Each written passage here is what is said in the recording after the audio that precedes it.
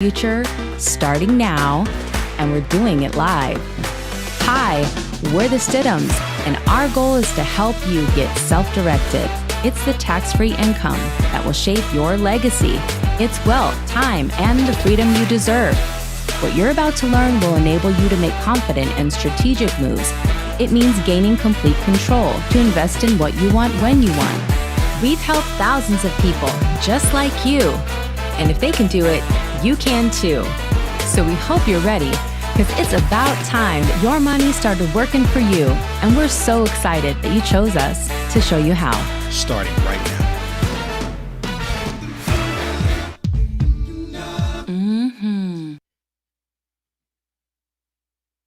Well, that was unplanned for. Welcome back, everybody. Tonight we are going to talk about something really exciting. Donnell's already turning up, so that's good. Can you hear me okay? Yeah. Okay. We are going to, let me fix my mic real quick. We are going to, It's better. why am I, okay. It's weird. This is really strange what it's doing here. We are going to talk about the top 5 debt-free disasters, things that are commonly missed inside of the debt-free community. There's a lot of people who are on their journey to become debt-free, including to pay off their home, not have any debt as the number one goal. And this becomes an isolated focus. And we're going to talk about some of the things that happen in the meantime on your journey. Hey, Bobbyette. Welcome back. We haven't seen you in a while. I hope you're doing well. Gustavo, look at all these people, beautiful people coming in.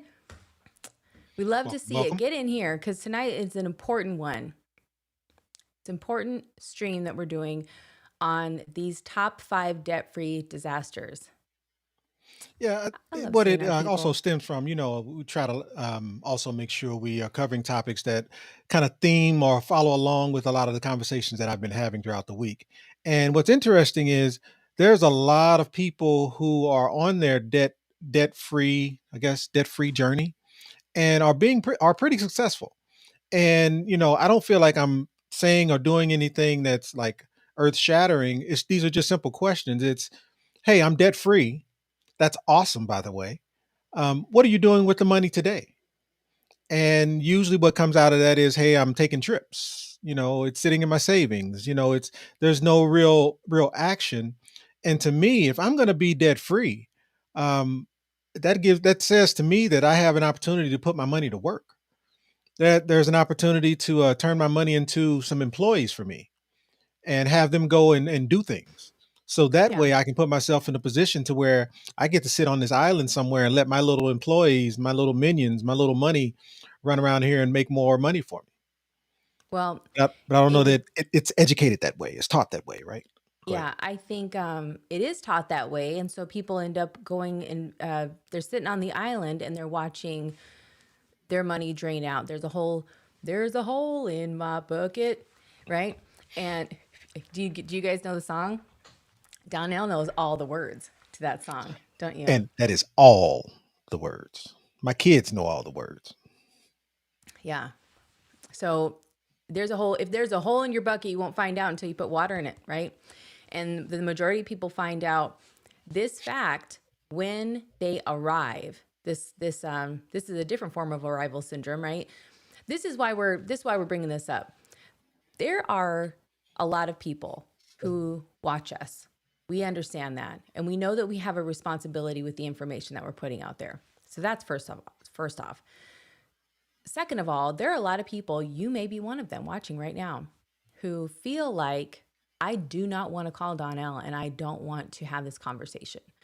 I really enjoy the content. I am learning a lot, but I do not want to make this phone call because it is really uncomfortable, and it's going to be even more uncomfortable. Like booking the call, that's enough anxiety for me.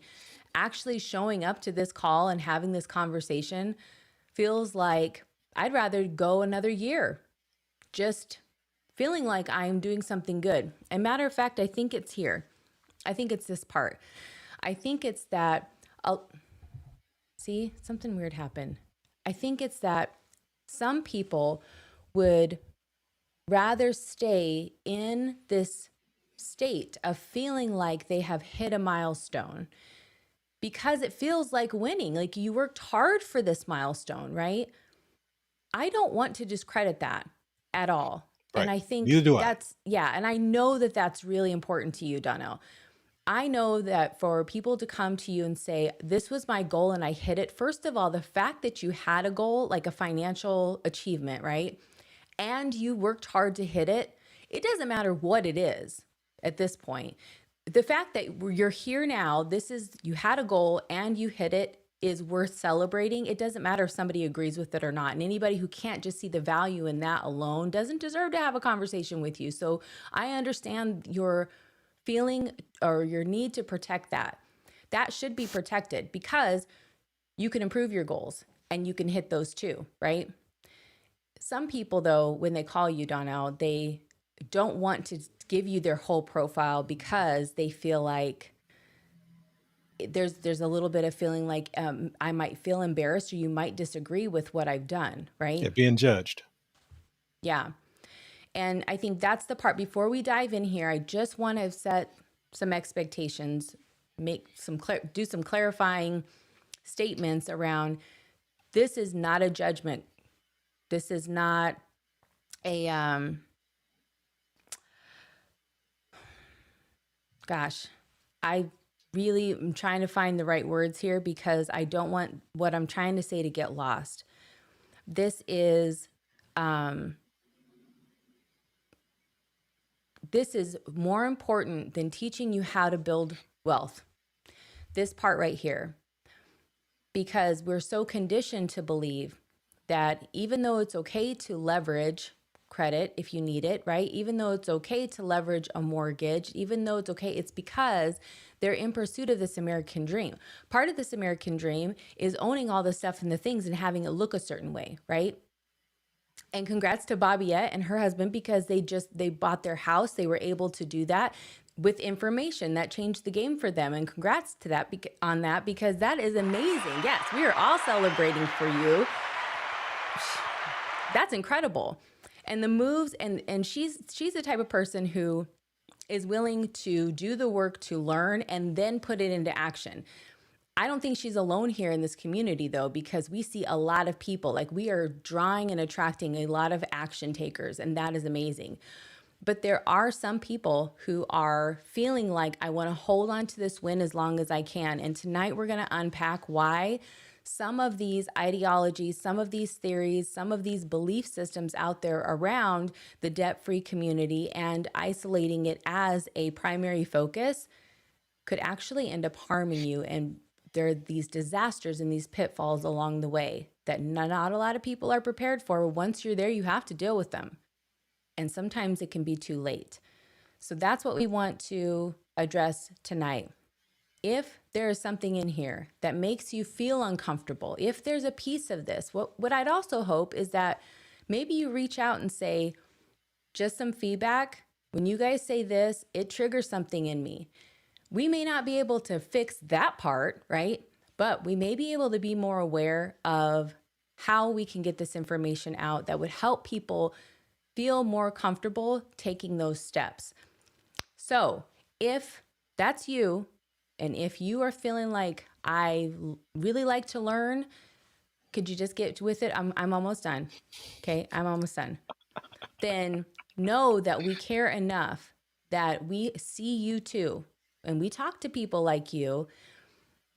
And it's even more important that you know that even those people who were scared to death to have that first phone call, we're so grateful that they did it in the end. So grateful. And we get to celebrate with them like, okay, well, now it's done. Now we get to celebrate something entirely new that is even bigger than before. So I'll stop there and we can jump into it. Anything Well, else you so want to but a add? couple things though. Yeah, a couple things. And again, it's interesting. This week alone, well, how about today? Today, I probably had 5, maybe 6 calls today, and I would say at least 4 of those 6 calls started with it was almost a taken back. Like I was expecting to get someone other than you. Like I wasn't Mm. expecting to actually meet with you. I thought it was going to be maybe someone that was a part of your team. Um, Oh, just so we're clear, this is the team. we're the team. This is Yeah, it. this is it. I mean, we got Frankie that helps out in the back end with our client support, and shoot, we got Nathan that hangs out in the comments here. But other than that, He's this like is an we. unofficial member. Yeah, Right, right. that's This so is cool. we. Yeah, And this is us. but to your point around like just today, it was a lot of um I know you may not think that this is okay. I know you, it's almost answering questions before I ask them in anticipation of some type of judgment. And the truth is there isn't any. There absolutely is none. Because the objective here, you've got a goal. And in order for us to hit that goal, we just need to understand where you are. And to me, it's just about, hey, this is where I am. Um, for whatever the reason is, conditioning, circumstance, choice, whatever those reasons are, that it really doesn't matter. This is the foundation of where we start from, and then now it's trying to understand or help you hit what that actual goal is, and then it's obviously peeling back the layers on the true goal. So I got to add another element to this though, because this right here, this this is family.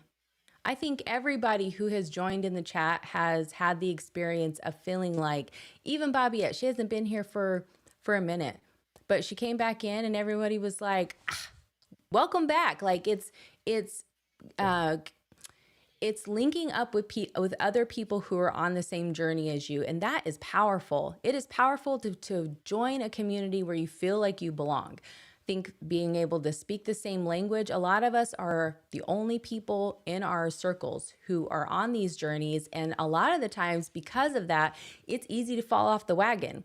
It is right, easy to feel discouraged. It is easy when people are nitpicking because they have the conditioning of doing things in traditional ways or not doing anything at all because YOLO, right? Then you making responsible decisions and not having a community to support you so where you feel like I'm not the only one, right? This matters, and you guys all matter when you show up here and you encourage each other, and you're showing up for each other too, not just for us.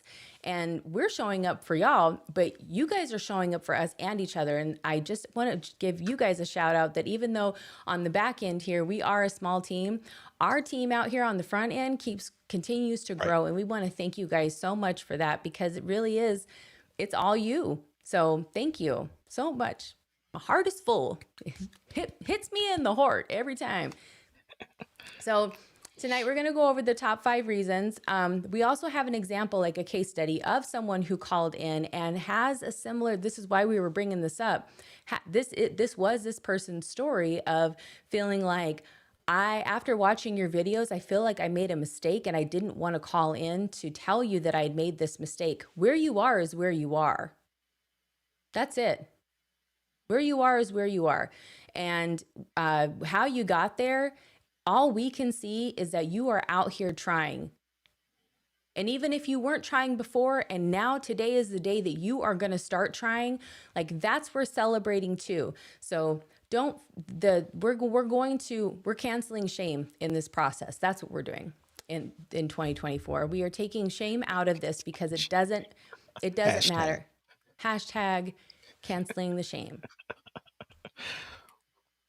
That's what we're doing.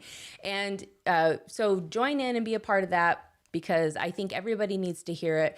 It is okay. It's okay to say we make mistakes. And some people get started even with their velocity banking journey and they had no idea which debt tool to pick. And they feel like, oh, I messed it all up already. No, you didn't.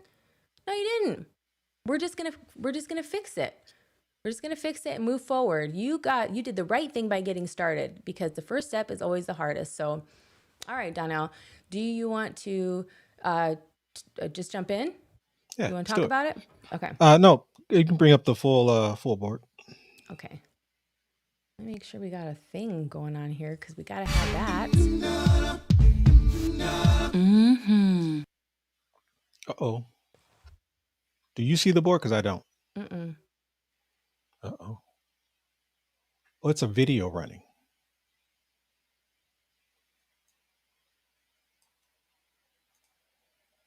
Hmm. No, it says vibe board. See? If I remove it. Well, Yep. whatever.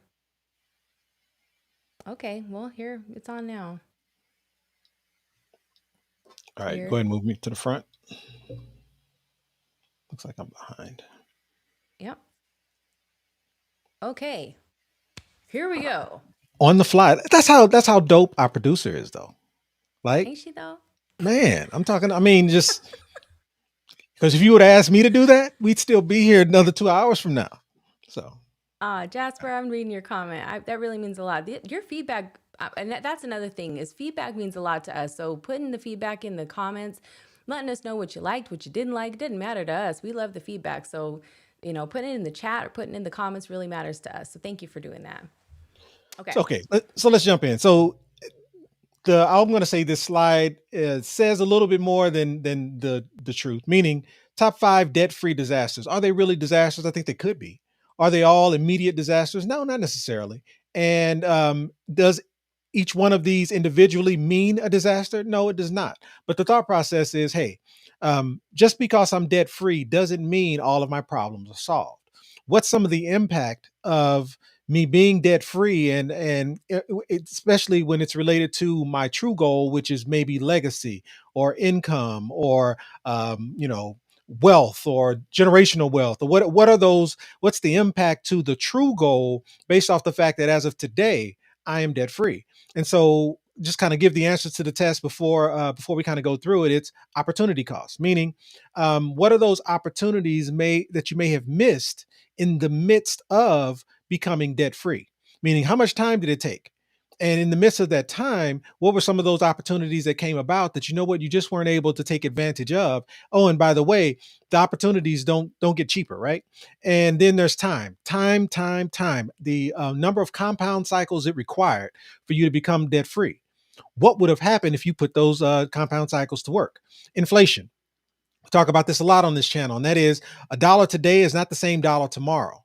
So just because you're debt free, if you're not putting your money to work, if you're not putting that cash flow to work, what's the impact on how inflation can impact your ability to remain debt free or remain retired in the future? And then leverage. So if I am, if I, if we're talking about paying off a home, and for whatever the reason, I no longer have that mortgage available, or it's no longer impacting my ability to have to pay this mortgage payment. How am I able to leverage? Where is the leverage coming from? And how am I able to use that leverage to hit my goal? And then the last piece is the ability to qualify. And this one has layers. So it's the ability to, the impact on the impact debt free has on credit, the impact debt free has on your ability to qualify for different things when you need to advance or move things forward. So that's kind of what we're highlighting today, and kind of starts out with a quick example. And this example is related to Miles and Layla. So in this gentleman, he actually reached out to me. He's 37 years of age, and again, to kind of harp on the point that Angelique was making around people feeling nervous or having a concern that somehow they'll be judged when they meet with me. So a 37-year-old having his home paid off to me is a huge feat.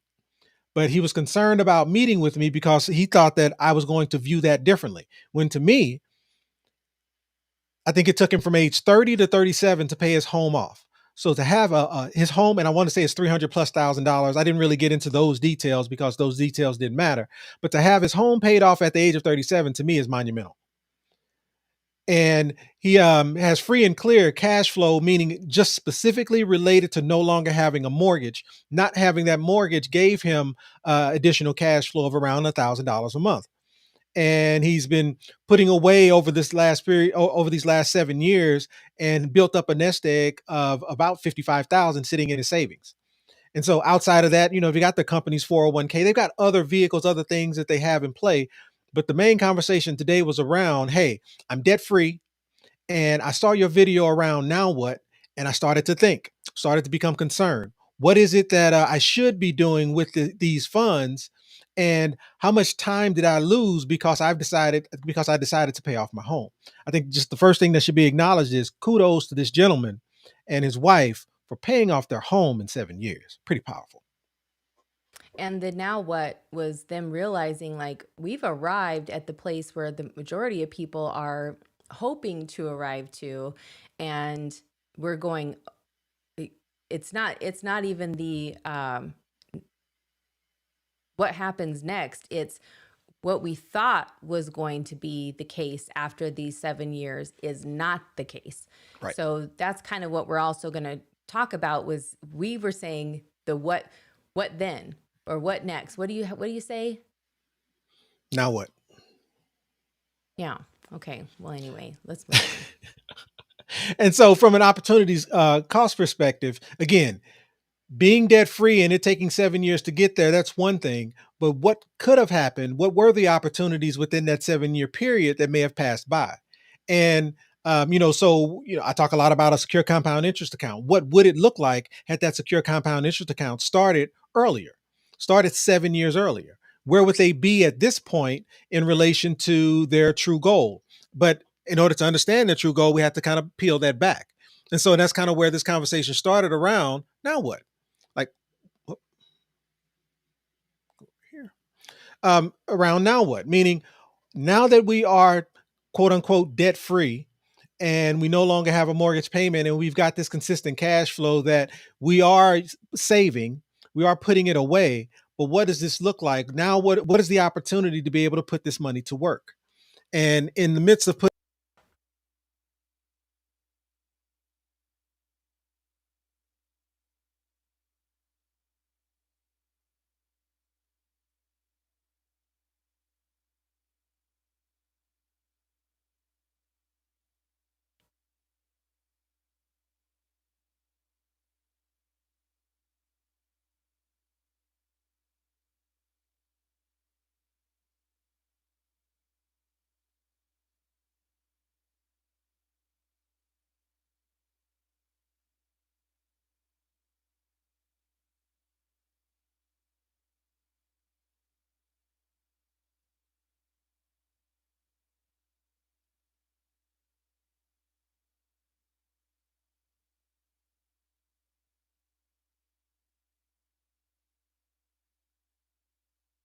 he's watched with us, he was concerned that that was somehow going to be impactful or somehow going to make a difference as to what that conversation looked like. Meaning, I was going to jump on him because he missed an opportunity to start 7 years earlier with building wealth. But to me, I don't know that he would be in the same position had he not done what he did. I don't know if he would be in the same position had he not adopted some of the I'll call it the teachings of the Dave Ramseys of the world that said, you know what, credit is bad and leverage is bad and focus on paying off your debt. Like, I'm not mad at the fact that, hey, yeah, maybe he did lose 7 years, but still he is 37 years old and he's debt free. Now, what does that look like? But yes, the truth of the matter is there is time does have an impact. There is an impact to the amount of compound cycles that are available to him. And so if he was 57 years of age at this time, meaning if he had the same opportunity at age 50, and then by age 57, we're having this conversation, it's a different conversation because now he has less compound cycles to be able to hit his goal. So, again, when you're starting and how you're starting and what those variables are, all of that matters. And I think for this particular person's situation, I don't see it as a factor because he has the time available to be able to make up for that time lost. And then start here. And then there's the what he's currently doing with the money that he has available. So what he's currently doing is he's got that $1,000 a month that he's been putting into savings, and he's amassed the savings of somewhere around $55,000. So he's got this $55,000 that's continuously growing, putting away $1,000 a month into it. And he didn't say it was a high yield savings account. So rather than take the perspective of something less than 1%, I just assumed that his 55,000 is making 1% over time. So he's putting his $12,000 away. But what would that $12,000 look like at retirement age? Is this enough to be able to put him in a position to where any income that he's able to generate off putting this $12,000 away, is it enough for him to be able to, um, is it enough for him to be able to beat inflation? And so the other thought around that is he's also, in addition to the $1,000 a month that he's putting into savings, he's also maxing out his IRA. I'm not sure if it's Roth or traditional, but I just call it a traditional IRA. He's maxing that out. And so at the time, it was roughly $6,500 a year. But as of now, it's actually $7,000 a year that he's able to put away. So when I was kind of breaking down those calculations for him, I went ahead and used the 7,000 throughout this period of time. But again, what we know about traditional vehicles like this, and again, this is what he was taught. This is how it's communicated in those Dave Ramsey communities. As you're following the baby steps, it is absolutely get that IRA started, and max out that IRA once you've paid off all your debt. So he was just following the plan as though the plan was prescripted. And so the thought process is, hey, is this going to be enough for you to be able to retire? And whenever I'm sitting in a space having conversations about IRAs, that's always my stance. It is putting away $6,500 a year or $7,000 a year or $8,000 a year. Is that sufficient enough for you to be able to build enough wealth over time to be able to retire? That part. Yeah, it's why, because so many people, I don't care where you are, what platform you're on, you do at least 3 or 4 scrolls, you're going to hear somebody talking about a Roth IRA. What they're not talking about are limitations like this that make it impossible for this to be the pay the taxes on the seeds. Well, if you're only planting 2 or 3 seeds, darling, what are you eating? What's the harvest? Right. What are you excited about? And there's still a risk involved in whether or not the seeds that you plant are actually going to grow into fruit, trees, whatever the case is. But what if you plant a couple seeds and then all you get are those little weird carrots? Nobody wants those. Nobody's eating on those like, hooray, maybe if you're starving. But if you get the little weird ones, you're just like, I thought this was going to be big, beefy one I want to take a picture of. But that's not always the case. You don't know till it's done growing, because you can't keep digging it up to go look at it, right? And that's kind of the case here, is that if you're only planting a few seeds, then it matters greatly, each and every one of them. Y'all know what I'm talking about, right? It matters greatly. If you're planting a whole bunch of them though, and you know that they are going to multiply, like green onions, for instance, they multiply, right? You plant one and then boop, boop, boop, boop, boop. Garlic's the same. You get a whole bunch more. But these are not the case. And so that's why these are talking points that are so popular and they're trendy and they get people views, but you need to know why they're not necessarily the end all be all and everything that people are gassing them up to be. Kind of like how you just gassed me up as a producer and then nobody could hear you. Oh, I was muted? I accidentally somehow hit a button. I was trying to fix the vibe board because it came in as a guest, not as the normal thing. Okay. So I was trying to fix that and I ended up muting you, and so they couldn't hear you. So my bad. So I'll earn that awesome status again later. you'll earn it now. And so what I was saying was, if this issue had occurred and I was the one that had to resolve it, we will still be sitting here trying to resolve it. And I said, my producer is pretty dope because my producer has the ability to do it simultaneously and spin all of those plates. That's what I was saying. Ah, that's sweet. So, and here's the thing. The factor around putting away the max inside of an IRA or Roth IRA and putting yourself in a position to where you can retire, is that possible? Absolutely it is. Millions of people do it all the time. But let's have some real truth around what that means though. Because of this little thing called the 4% rule, what do you need to have inside of that Roth IRA for it to be able to produce the income that you're needing? And that's the part that people usually miss. Meaning, IRAs do a pretty good job of I'll call it accumulating net worth.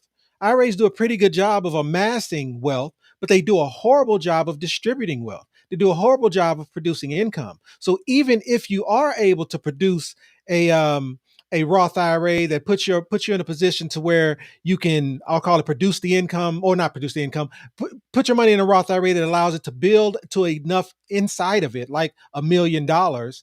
You think that $1 million is going to produce something that can actually replace your job, only to learn that's $40,000 a year. And then when you throw inflation on top of that, how is that even impacted? And so what I really learned from this gentleman is this was a true goal. Meaning, and how about this? Shouldn't it be a goal? Meaning, I'm 30 years old, I'm paying off my home. I paid off my home by 37. Shouldn't a reward for me getting rid of the largest debt that most of us have. Getting rid of that largest debt put us in a position to where we could actually fire our job at some point. Like, Like shouldn't if that be a part of the I'll call it end of that equation? yeah, But like if show they me can the achieve that. retirement vehicle, show me the traditional retirement vehicle that will allow you to do that. Yeah, if they can achieve that, why can't they retire early? Right. And you're right, because $40,000 a year in 35 years from now, which would be like the retirement age that he could start drawing that from, would be the equivalent of $14,000 today. Right. What are you doing? Paying your light bills with that? Because that's really all you're doing is paying utility bills when you're retired. It's not enough. It's not enough. You better really like carrots and really honestly learn to plant them. And well, and I think, and to that point around the beating inflation part, it's understanding what, if the goal is to retire early, what is that number? What is the Yeah. value that you need at that point in time? And doing the math around, okay, if what I'm going to need is 150, $200,000 a year in income based off the fact that a dollar today looks way different tomorrow, then what are those vehicles that are going to get me there? So I work backwards from that $200,000 to understand what are those things that I need to put in place today at age 37. Yeah, I'm debt free from the position of I don't have a mortgage, but what do I need to be doing right now today in order to be able to hit that dollar amount in the future is the key. Yeah. And to Nathan's point, don't forget it's also taxed. Right. Because again, this is an IRA and not a Roth IRA. So you're right. That means that when he's ready to take a distribution, again, calling out that $1 million that less than 2% of Americans actually achieve inside their retirement account. Let's say he actually is able to hit it because he's already doing things that he's in that percentile of people that are hard to reach as it relates to paying off your home. So let's say they make it into that under 2%. You're right. There's still going to be a tax impact on top of the 4% rule. And then leverage. So becoming debt free, how does your ability to have leverage or use leverage, how is that impacted? Because usually I've had this conversation like 3 times this week already around, hey, I'm debt free, so therefore I don't like to accumulate debt because I've become accustomed to not having debt. The idea of me having a home equity line of credit and leveraging some debt to be able to either pay a bill or generate wealth, that's hard for me to wrap my head around. And so having your assets being free and clear and your savings being healthy, but what is that impact of your ability to be able to leverage the asset you have to be able to generate wealth? It is greatly impacted. Not only to mention, if it's the leverage that's impacted, how do you get the leverage? Well, you have to qualify for it. And so in your ability to be able to because one of the first things that happens when you pay off a large debt is your credit score drops. So what happens when you pay off your home? So at age 37, what happened to this couple once they paid off their home? You know, the credit score dropped. And if you listen to any of the baby steppers, you're supposed to be okay with that. You're supposed to be Right. okay with the fact that, matter of fact, your credit score dropping actually means you're doing the right thing. But if Because the you don't goal need to is use to be able to, credit, right? Because right, it's, right. yeah. Exactly. So if the goal is to be able to leverage your home because it's free and clear to be able to put you in a position to where you can actually generate income, then how easy will it be for you to be able to qualify for some of those items to be able to do that? So what are they doing if you've paid off your home and now you have retired? Because in the beginning when we were talking about the debt-free disasters, the idea of being debt-free is only great in theory, but when you realize all of the other things that come along with it, you go, why would I have chosen this? Because now I can't move anywhere. This was about freedom, and now I feel more imprisoned because of this situation than ever before. I'm debt free and I cannot make moves. I cannot do what I want to do. I cannot go where I want to go. And this asset that I thought was great and wonderful is now locked up in a prison, and I have to have permission to get it. The banks don't care how responsible it was of me to pay this off so early and have been debt free for so long. You would think that that is what your credit score would go up because you did all that, right? Right. That you would be rewarded for that, but you're not. So what are they doing? these people who have already done this, because the concept of being debt free, FIRE, retire early, baby steps, all of this have been around for decades. So, what are people doing now when they've already done this, paid off their home, and they get to this point? Right. And in this couple's, I guess in this couple's example, Okay. what are they currently doing? What they're doing is they're taking because now that the debt is paid off, hey, I'm free and clear here, but I've got this $1,000 a month that I'm able to put to work, and I've got this IRA. I mean, yeah, this IRA that I'm able to put to work as well. So what is happening with that $55,000 that's growing on top of the $1,000 a month that I have, as well as how is Mm-hmm. that IRA performing? And this is actually great performance over time. What we're Yeah. talking about is what I looked at is a 20-year span.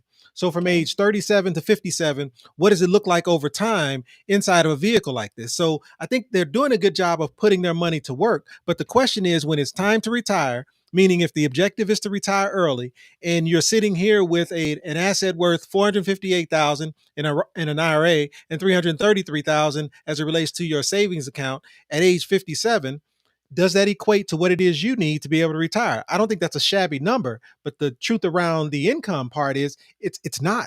It's not the dollar amount that you think it is, nor is it the dollar amount you need, either Right. based off inflation or just time in general. And I think that's the part where we just have to be realistic around what does this math look like? If the goal is to retire early, what is the income I need to be able to achieve that? Is the Okay. question. Here's the and this is the question. We're going to show you how to answer this question. So that's first off. But what are people doing? What does this look like in reality? In 2024, what does it look like when people have hit this goal already? They are retired. Maybe they hit their $1 million goal. And so now they're figuring out, okay, I don't have my mortgage payment anymore. Now I just have the cost of living. And as long as I can live within a fixed budget, right? Maybe they're calling it fixed income, but that's not always the case either, because just because you think that maybe $3,000 is enough, wait till that HOA increases, right? Right. Now it's not necessarily about the fixed income. It's about a fixed budget, right? Right. That's a different word. So if what are they doing? What they're doing is they're trying to get the equity out of their home without having to qualify, because they can't qualify, because the terms of being able to qualify make this so costly at this point. Instead of being able to qualify for a lower interest rate, now they have to agree to a much higher interest rate with different terms. They've got to have money down. Well, where are they getting the money down, right? To essentially enter into a new agreement. This is where reverse mortgage comes in. This is where those HEA plans come in. And what this means is there is the potential for you to lose your home. So you spend all that time paying it off. You spend all that time not going on vacation, not creating memories with your family, because you got so serious about this goal. Like, this was your isolated focus, right? To be debt free. This was the goal. Whatever makes the boat go faster towards being debt free. Those were the questions you were answering yes to. And so you achieve that goal. And later on, you feel like this is the ultimate win. We are here. We're proud.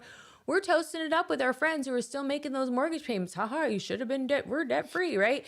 And now they are stuck and at the mercy of whatever it is that is available to them that they could qualify for, to be able to get the leverage just to have enough to survive. These HEAs, these reverse mortgages, could also mean that now you lose your home. So this is now no longer part of your legacy. This is now no longer part of your asset. This is just a vehicle that you have to leverage to survive. And somebody else is going to get the benefit of it because you were in a situation where you could not qualify and leverage your own asset and use it as leverage, right? The other thing that they're doing is they're selling it off to their kids. Right. What they don't see coming, though, are the capital gains taxes that come from that, because they paid their home off in 1997 or 2005 or whenever it was, and now it has grown to this value. All they want is maybe the 250, 300, $400,000 out of this house that they're going, if we were to sell this house, we have all this equity, we need to be able to use this money, but we don't want to lose this home. So we're going to sell it. We're going to get the equity out, whatever this is. Let's make it make sense and keep it in the family, right? We're also going to keep all them taxes in the family.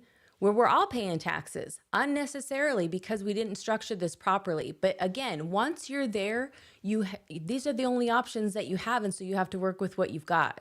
At this point, there is no judgment. It's just what is available to you. So what are people doing once they've hit this point? They are grasping at straws and they are just trying to survive. The rest of them are going back to work. That's the part.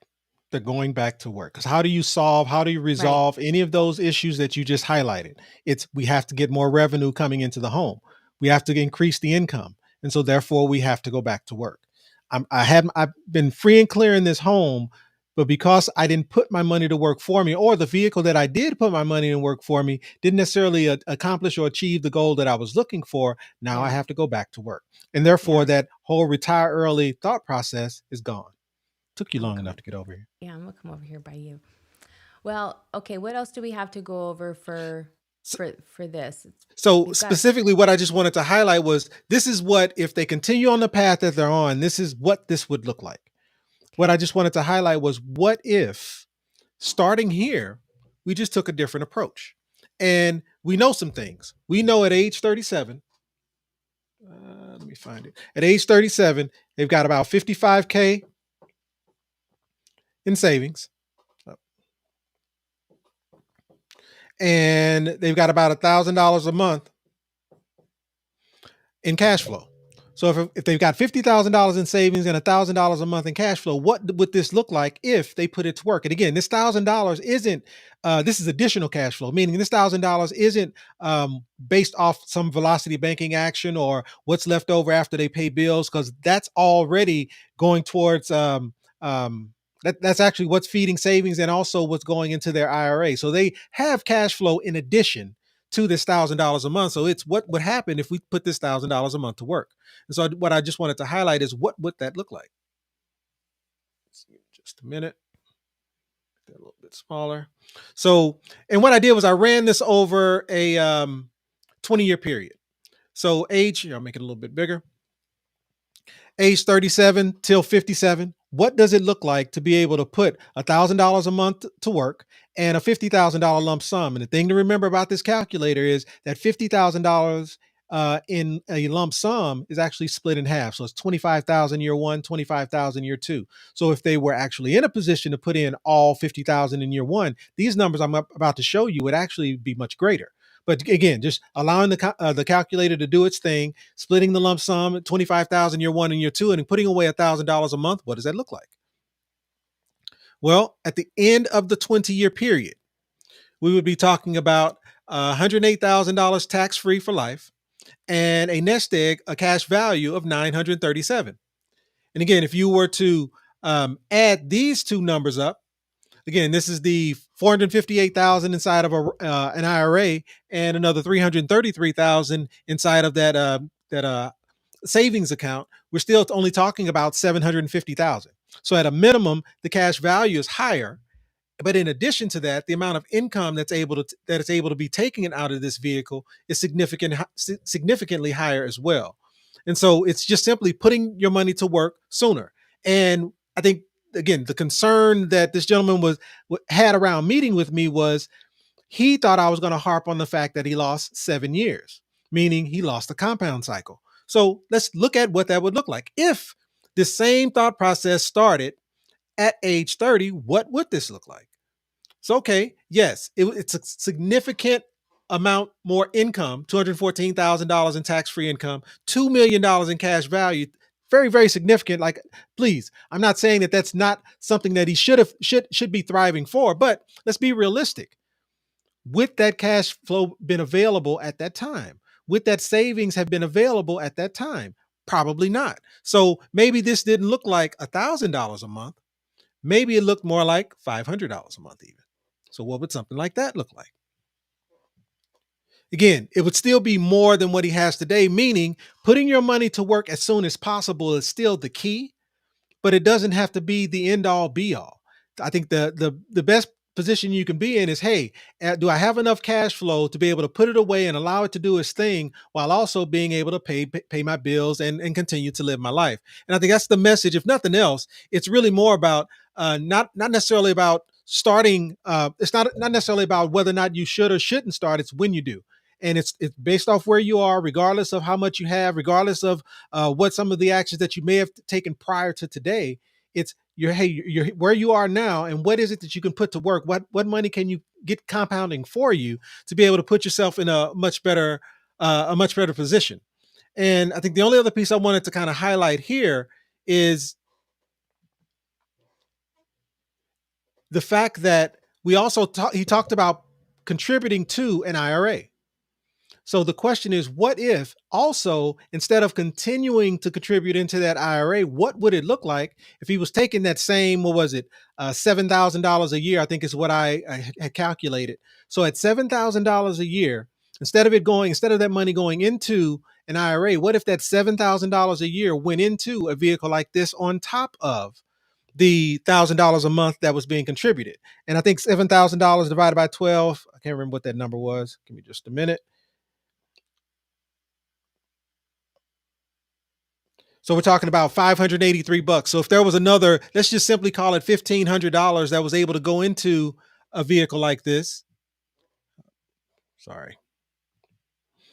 What does that look like over time? And again, leaving it at the age of 37, which is where he is today.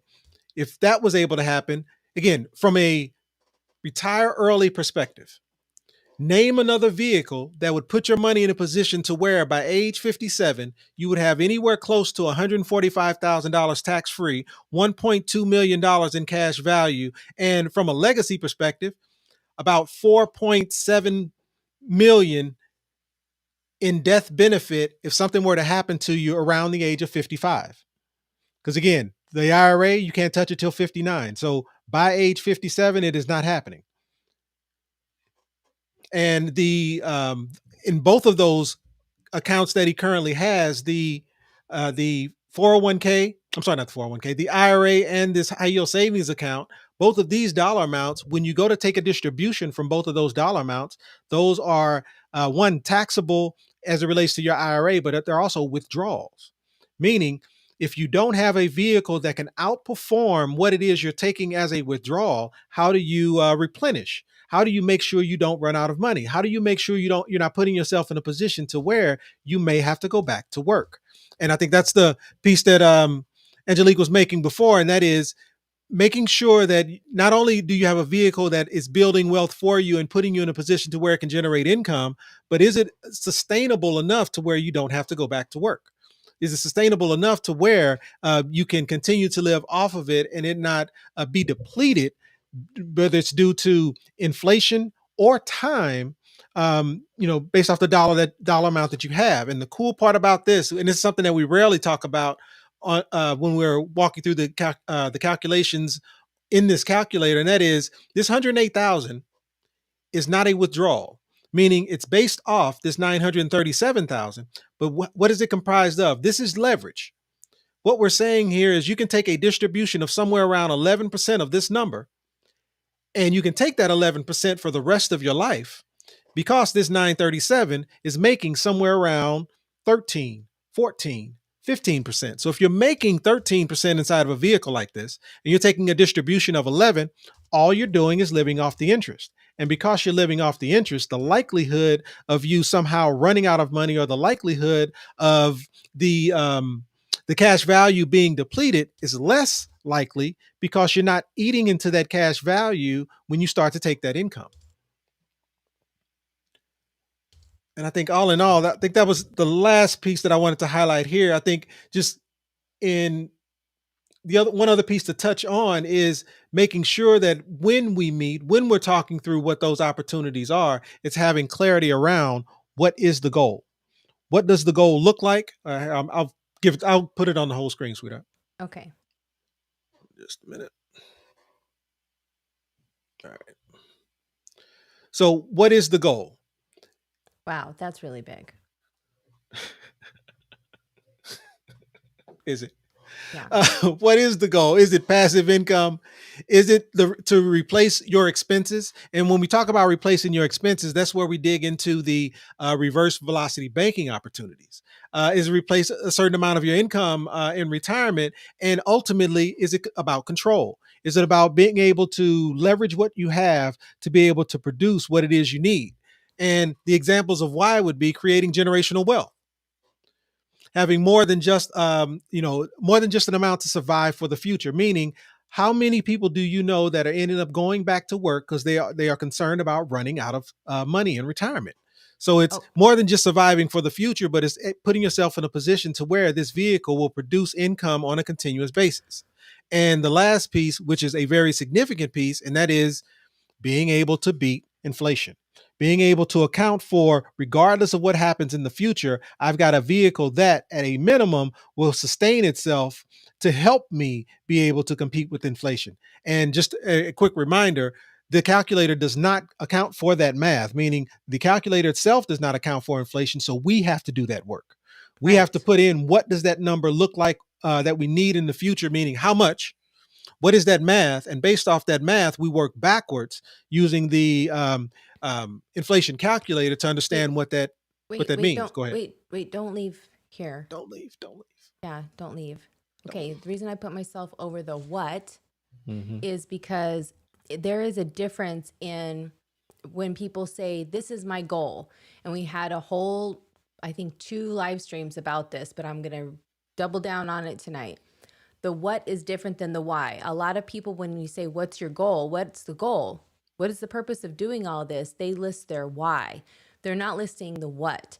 And we say it all the time. If you don't know where you're going, any road will take you there, because it's just been so normalized to do all that you can.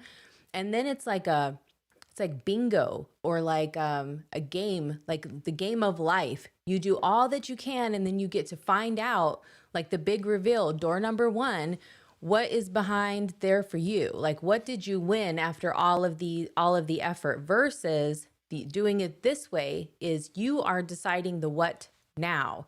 You are not leading with your why. You have your why. That's fine. That's an important factor. You want to safeguard against inflation, so therefore the what has to be passive tax-free income for life, and that you need to replace 100% of your expenses. Well, what are those today, and what will Right. those be, just based on inflation, that you can at least plan for?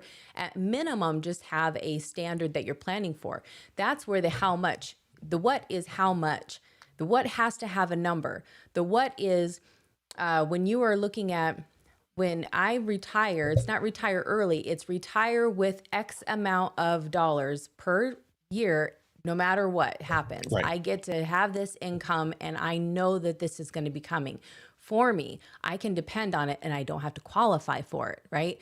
These are all very different conversations than what we're used to. This isn't somebody gives you the permission to, well, you know what? You didn't make it this year. Maybe in another 2 or 3 years. How frustrating is it? And how many times have we ran into somebody like this, right?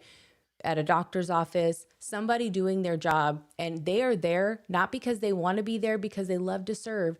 They're there because they thought they were going to be retiring 2 or 3 years ago, and they're still there. And so now at this point, they're just showing up because they have to.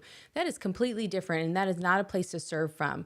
If you feel like you have done all your everything in your might to be able to retire, I'm too small. I'm too small to have this much passion with this conversation. Boop. Moving me over here. If you feel like you've done everything that you can possibly do, and then there's somebody that gets to tell you, maybe later, right? It's like when you ask your parents and they go, oh, we'll think about it. You know that's a no. You know that's a no, and they have to say yes. And so you are just waiting, but they don't understand how important it is. That's the moment. We never leave that when we are following these traditional systems. We are constantly going to somebody for them to go, let me think about it. And I think this is where we take the control back. This is this is adulting for real, right? This is not having to have permission. And that is leading with your what. You get out of that by knowing your what first. and you have your why to help remind you of why every day you are headed towards your what, and that it's going to be a reality. So I'm back to pointing. This is not good. Remember, I said I was going to There's stop pointing also my a fingers. reduction in anxiety. Like how many people who are currently in retirement today watch the market on a continuous basis? Right. Like they stay on CNBC or whatever that network might be, trying to understand how their 401k is doing today. They had a good day, Right. then they had a bad day, Right. right? Or we change presidents. There's an election coming up. Who is quite excited around this election coming up and the impact on potentially on the retirement during that period? Like no one. Yeah. So the It's objective is to take more control, to be able to put your money in a position to where those types of factors have less impact. okay, so now how do we find our what? Let's show them that part. That's the next part. Yeah. Boop. And it's really no different than what we talk about as it relates to velocity banking. It's understanding where you are. It's understanding your numbers. It's understanding what is that income today and what does it need to be at a future at a later date or a future point. And in addition, it's adding in or making sure we account for inflation. So it's putting that dollar amount inside of the calculator to understand what it's going to look like in the future and what actions need to be taken to make sure we compensate for that number. And here's an absolute fact. Sometimes that number is pretty daunting. And so the truth um, is it 100% possible to be able to hit whatever that inflation number is in the future? Maybe it's not, but at least you know what that number is today and you can put your best foot forward to be able to do so. So therefore, you at least get closer to it than you would have had you not paid any attention to it at all. So it's putting yourself in a position to where at least you have, again, it's the control part. It's less about the anxiety of, wow, I'm now 62 years old. I'm thinking about retiring at 65, only to learn that in 3 years, I cannot accumulate enough to be able to do so. But learning that at 37, you know what? At 65, man, that's a significant number that I need to focus on. So, in truth, Right. what I need to do is make sure I'm putting my money in the best position today to be able to get as close to that number as possible. So, I'm taking that effort now while I have the compound cycles available to be able to do so. And I think this is where there's a lot of new builders who are doing the multi-generational um, builds. They have maybe it's like a guest suite for parents or your mother-in-law suite or whatever they're calling it. Could even be for your kids to stay and feel like they have their sense of independence. There's a lot of multi-generational living spaces being built, and there's conversions happening with even just larger homes that have 6 7 bedrooms. These are now turning into assisted living facilities, or more like a cohort type of situation where adults are living all together. What do they call that? There's a word for it. It's not the word Hostel. that's in my head, though. When you travel and you rent a room like this, you guys know the words. So put that in the chat for everyone else who doesn't, if you don't mind. This is a thing. It's becoming a thing. And the reason why is because people are realizing that just spending the money just to have my own address, just spending the money to live by myself when I'm only there to sleep and I'm not really doing anything else, spending the money on the Netflix for Right. me to just have it when we have now 6 or 7 people. It kind of feels like the real world. It kind of might feel more like a college situation, or it feels like people who are wanting to be more financially responsible and they realize that having your own place isn't what it's all cracked up to be, when at the end of the day all you're doing is working to survive and you don't have anything left over. And I think there has to be a change. So Right. for some people, it's this younger generation just trying to get off their feet. So they're trying to make different decisions. For some of them, it's the next generation, millennials, who are trying to get ahead so that they can eventually retire, crossing their fingers, right? Like this could happen for me. And then the other part are Gen X, who realized too late, like, okay, we weren't having this conversation before, but now I realize like it's a real thing because it's like knocking at my door, and I'm Right. realizing I do not want to be dependent, and I cannot depend on the things I thought were going to be a factor. This is where that debt free conversation is starting to play its role in their lives, because they realize they played themselves by playing into this ideology. And the third one are the boomers, who are now realizing they didn't have enough. They can't, some of them can't even qualify to go back to work. And now what do? Got to move in with the kids. Or you got to move in to the retirement house. They're a huge account on Instagram, by the way. Do you follow them? No. This is how they're making their money, and they're generating income for their house, their retirement house, is by creating content. And so they're just doing skits and whatnot as a way of generating income. But they got creative. There's a lot of people who aren't this creative, but for Right. a lot of people, uh, what's the lady? Opal, Pearl the Possum. Pearl the Oh, Possum, I always use her as an example. She's here on YouTube. She's been on YouTube for well over a decade, and she is weird AF. Weird. It is a weird situation. It is, you can't stop watching type of weird, but it's perfect for her because it's been generating her retirement income for a long time. So if you're not willing to get creative, if there's not something that's like weird and quirky and worth watching, if for you, then you got to have a plan. And regardless, none of these platforms are a guaranteed type of income. These are just those flash in the pan opportunities, and it might be fun for now, but if you have any health issues or things that you cannot control, we can't depend on them, right? right. Now, we can't even depend on what cost of healthcare will be. For some people, you can try to stay healthy and reduce those costs, but for others, you may not know what that's going to be. This is why we just have a plan, because this is what we can control. We have some questions, though. Oh, hey, Yeah, let's do it. Frankie. Let's do it. Let's jump into the questions. And Okay, cool. before we do that, just real quick, because I've gotten this comment a few times when I've met with people as well. If you want your numbers run, this is a great time to do that as well. I know I've talked to a few people who have hesitated, saying, "Hey, I'm just curious as to what at my age, this dollar amount, what the calculator would look like for me, or what the growth in calculator would look like for me," and kind of breaking down some of those numbers. And so please feel free, if you're wanting your numbers run, you want to know how what a secure compound interest account for you would look like in this situation in the midst of these questions, we can also do that as well. Look what just happened. Hey, Anthony, by the way, thank you so much for tuning in.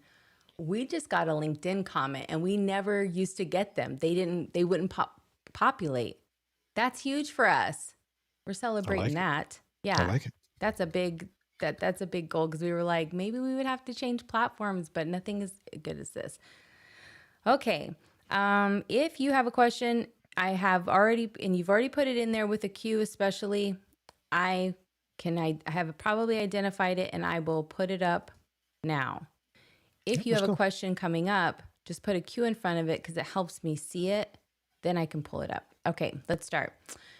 We got Jelly in the house. So to get a self-directed 401k, you have to leave the company. I can't just transfer it, especially if you have a loan on it.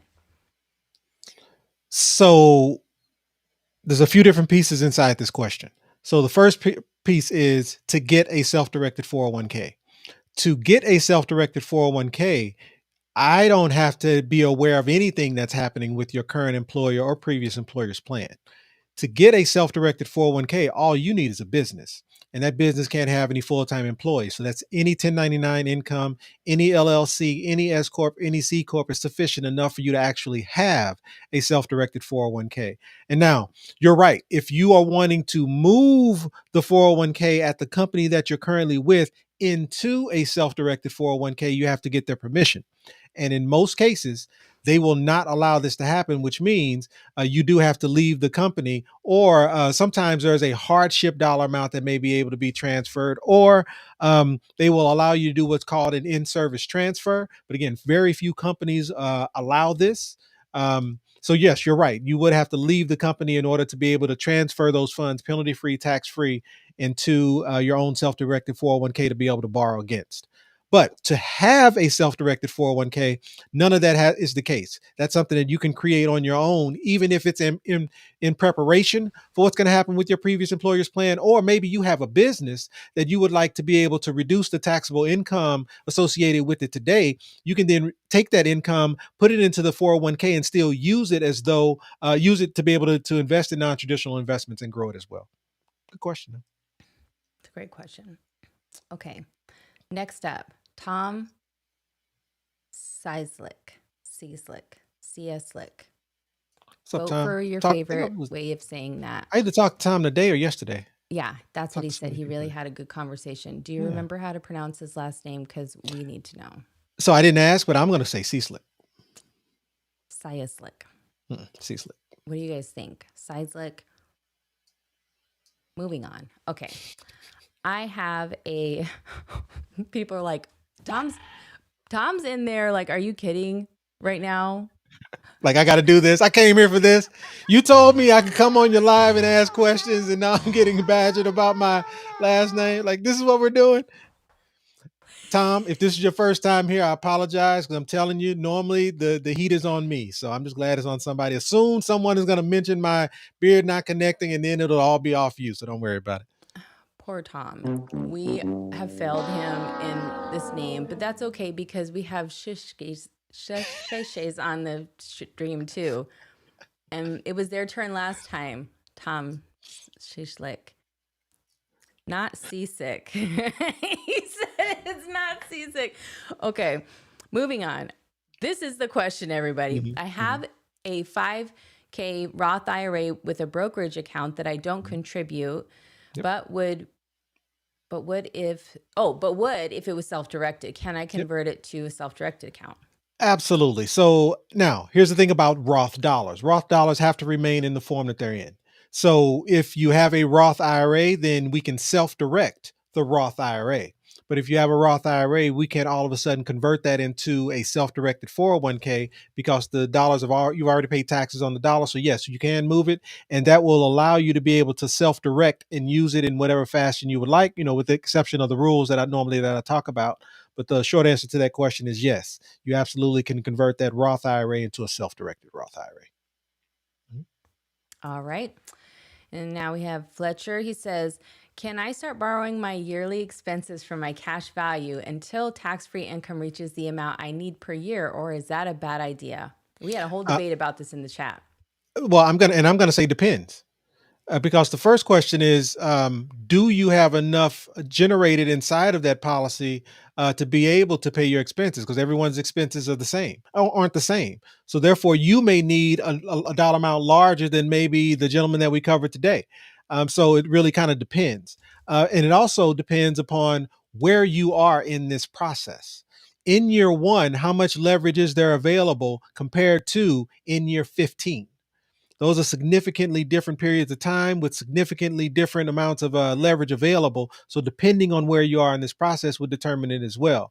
But around the idea of using tax-free income to pay your expenses, what I love about that is, because it's not just you're using tax-free income, your expenses are actually making you money, which is very difficult to kind of wrap your head around.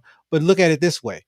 If you're borrowing $10,000 out of your cash value life insurance policy, that dollar amount is making you 7. So when you go to leverage it and borrow it, the spread, meaning it costs you 4%, the dollar amount is making you 7 inside of the policy. So there's a spread of 3% that your money's already making you. And then you take that dollar amount and go pay your bills. Your cell phone bill is now making you 3% return. So you're using that dollar amount to pay your cell phone bill. It's actually making you money. And in addition to that, you're no longer paying that cell phone bill out of your normal income. So what do you do with your normal income to put that to work? The ideal situation would be you take that income that you're no longer spending on those normal expenses, you dump it right back into a vehicle like this, not as payback for the loan from my perspective. Instead of paying back the loan, you put it back in as brand new principal, and you allow the growth on that dollar amount plus the 3% that your expenses are already making you. And yeah, there's still a 4% deficit.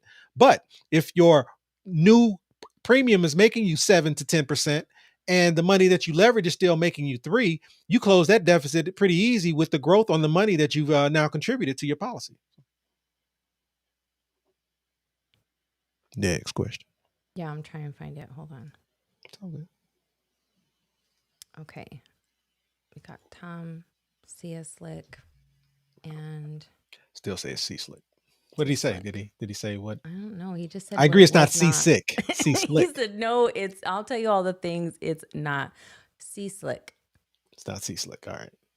Oh, he said not seasick. I bet he got that in school a lot. Oh, I bet he did too. And I Oh, bet it's a trigger. man. That sounded like that was like how Yeah. you read the comment. That may have been actually a trigger. Yeah. So I apologize. We're sorry. Yeah, because we get triggered all the time on this, so I fully get it. So is that right, sweetheart? Yeah. Oh, everybody knows I get triggered on here. Okay, but that's not a secret. Doesn't mean I need to trigger other people though. Okay. That's right. Apologize for that. Let's go back to Fletcher for just a second. Well, I won't stay here long, but I just feel like he's a situation where if we had a Zoom call where everybody could participate and have a discussion, these could be really cool moments where everybody who's learning these strategies or has different variables, right? And their experience too, even in different states, because he lives in Texas, but he owns property in Louisiana, right? So there's part of the equation. And then he also is trying to figure out how to leverage, to build more leverage essentially, and how to utilize that to be able to retire early and build wealth. In what I think would be cool is if we did start that Zoom group just so that we could have like a mastermind of people. Then if somebody said, well, this is what I'm thinking, if there's a flaw in that, you or somebody else could bring it up of, okay, I see where you're going and why you would go there, but here's this other piece that you need to plug in there to understand why that doesn't work. And then maybe somebody else will come up with an idea where everybody would say, I didn't even think of that, or I didn't Right. know in that state that that was an opportunity, right? Because you Right. can't know everything about everything. So I feel like he's one of those situations where a mastermind would probably be a lot of fun and serve him and help everybody learn at the same time. If you guys are down with that, let us know. Okay, Piki, thank you for joining us. He says, I just tuning in. I think I'll pass on home ownership. That's why I started this. I think I'll go for a houseboat instead. Make my houseboat go faster. We aren't saying home ownership is not the goal. That's not what we're saying. But I feel you on this, and I do see that there are a lot of people who are choosing alternatives, like the RV people, right? Who Right. are on the road. They want to be able to travel, and they like that. I just don't think that paying it off as your number one focus. Hope what we've communicated tonight is that this could be extremely problematic. It feels like a win. You want to hold on to it. Therefore, you almost like put your blinders up to any other circumstances or consequences of doing this because it feels so good to win in this way, right? It's like a win that not many people get to claim, like a trophy almost. So, My issue with just the payoff of the home in general, and again, this is not a place that I was originally. The reason we converted our home into a first position HELOC was to pay it off. The original reason was, and that's how it was communicated, right? Pay your home off in mhm, 5 to 7 years. That was the goal. Pay your home off in 5 to 7 years. It wasn't until I connected the dot of this is a debt tool. And what are yeah, debt tools designed to do?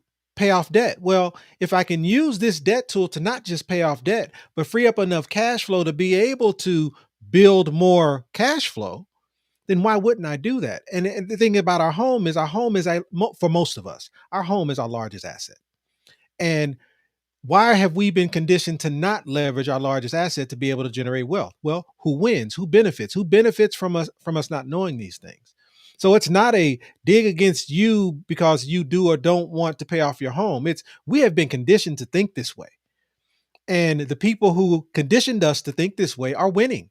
And so the objective is to just simply leverage it and be able to do something a little bit better.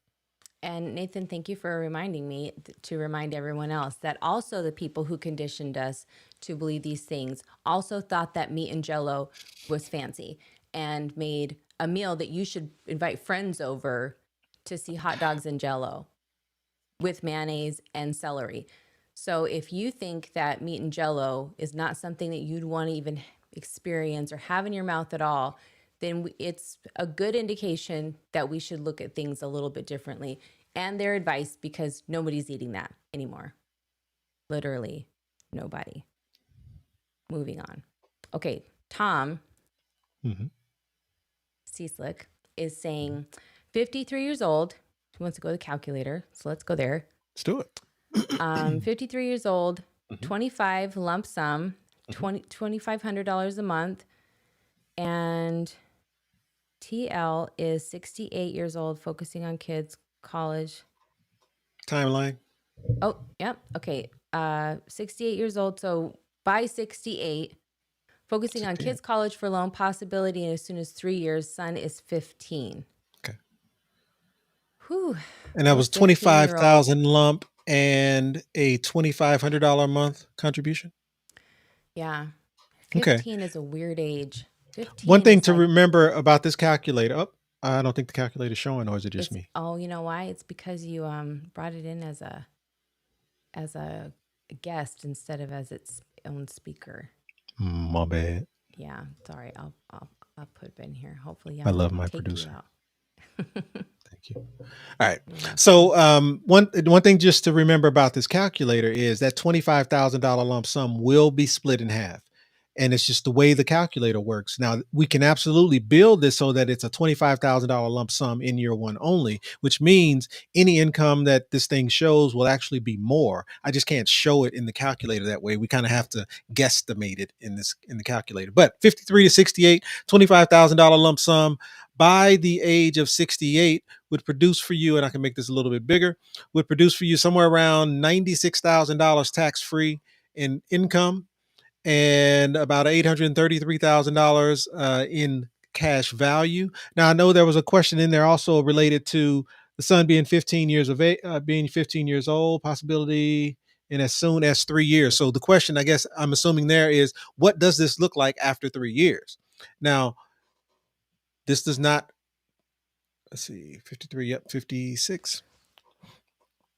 So at this point, the leverage would have kicked in, and you would have cash value of around $111,000 to be able to access, use, do what you want, leverage to be able to assist with expenses in college or whatever the case may be. But is it enough to potentially pay off or pay for college? Probably not.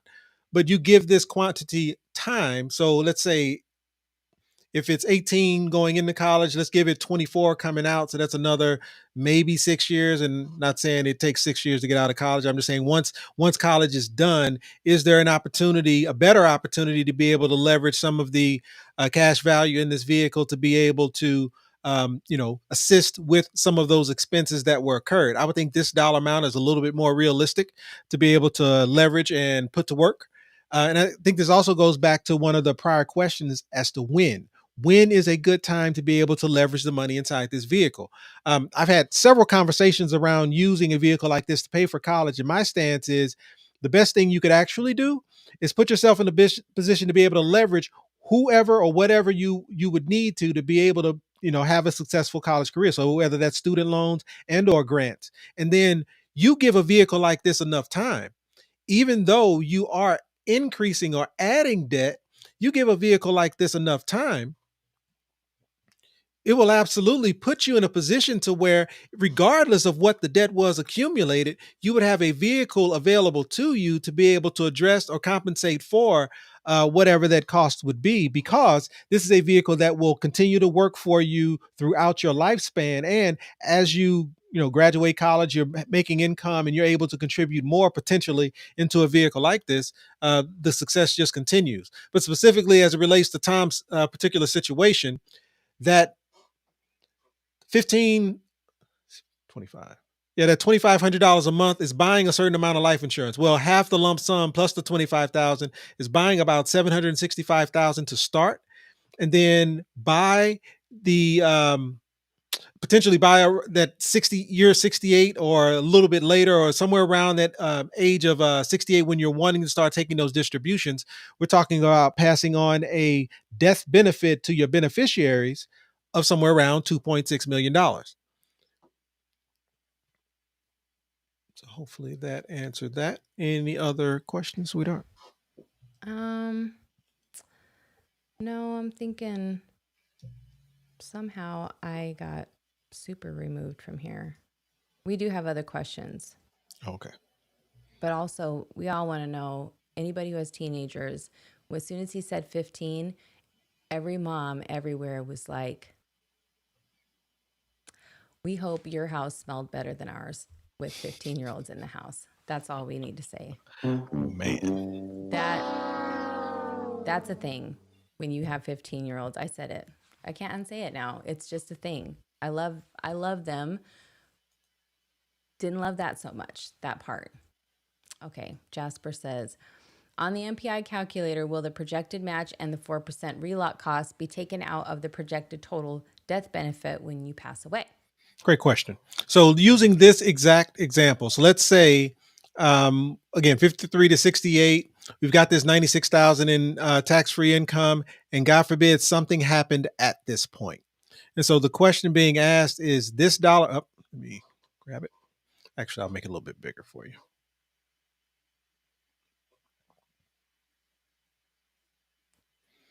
So the question that was asked, this dollar amount, this projected match program value, this 1.6 million, what happens to it? Because if you were to pass away, because again, we understand that there's a $2.6 million death benefit payout, but what happens to this 1.6 million? Well, the key piece around that is this 1.6 million was never yours. What's happening is you're contributing 475, and starting in year 3, there's a certain amount of leverage being added to this account, and the growth on your money plus your contribution plus the spread on this dollar amount is what creates this 835,000. Well, this dollar amount was never in your possession. It was never in your checking account. It was never in your pocket. You never had access to it. And because you never had access to it, when or if something were to happen to you, this dollar amount is simply just taken back by the life insurance company. So it's leverage that you're using. There's a cost to leveraging it, and that cost is 4%. So every year when the what is it called? Every year when the growth inside of this policy takes effect, the 4% growth on this 1.6 million per se in this year is paid for. So obviously the year prior to that is less, year prior to that is less, but every year the loan becomes self-collateralized, which means it's not a situation where the interest that you owe, the 4% that you owe, is somehow compounding or increasing over time. So what happens is if you were to pass, maybe you owe 4% on this dollar amount, and that 4% that you owe on this dollar amount may come out of this projected cash value, but this dollar amount specifically was never yours. It's just taken back, and any of the interest from the prior years is already included in this number. So therefore, that's not a value that you're impacted by. Okay. Mhm. Sorry, I'm trying to do all the things. No problem. Spinning the Okay. plates. Spinning the plates. The next question. Let me see. See how many on count on how many hands the number of great underwriters, and I can only think of one. I can only I can think only of think of one one. too. Yeah. It's my Her Frankie. name is her name is Frankie, and she's the best. Literally. We do, we wouldn't have it any other way. She really is the best. And we're not just gassing her up. She earns every one of those awards for No doubt. being the No doubt. best. Yeah. So shout out to her for being awesome. Okay. How much can you contribute to a self directed account every year? Depends on the age. Um, so if you're under the age of 50, and I normally get this wrong, but if you're under the age of 50, I believe it's 23,000 in 2024. And the match contribution is either 46 or 46.5. I just can't remember which number it is. But there's the elective contribution is a total of $23,000 if you're under the age of 50, and then Over the age of 50, there's $6,500 added on to that, right? And then Hmm. the match or the PSP or the profit sharing contribution is an additional 25% of your income up to, I believe it's 46,000. So you add those $2 amounts together, and that's kind of what this looks like. So it ends up being somewhere around 76.5 if you're over 50, and somewhere around 73,000 if you're under the age of 50 or something like that. But something else to note is how much can you contribute this year, right now, before taxes are due, is actually a different number just simply because of this IRS rule that allows you to reduce your taxable income for 2023 by contributing to your self-direct to your 401k in 2024, but attribute it for 2023. So, in truth, even though it's benefiting 2023, how much you can actually put in this year, doesn't it qualify? You can say you can You got it. technically put in a lot more if you take advantage of this rule. I don't know if you have it up. It's on the other on the slide. Do you think you could bring it up real quick? Oh no, I took a screenshot.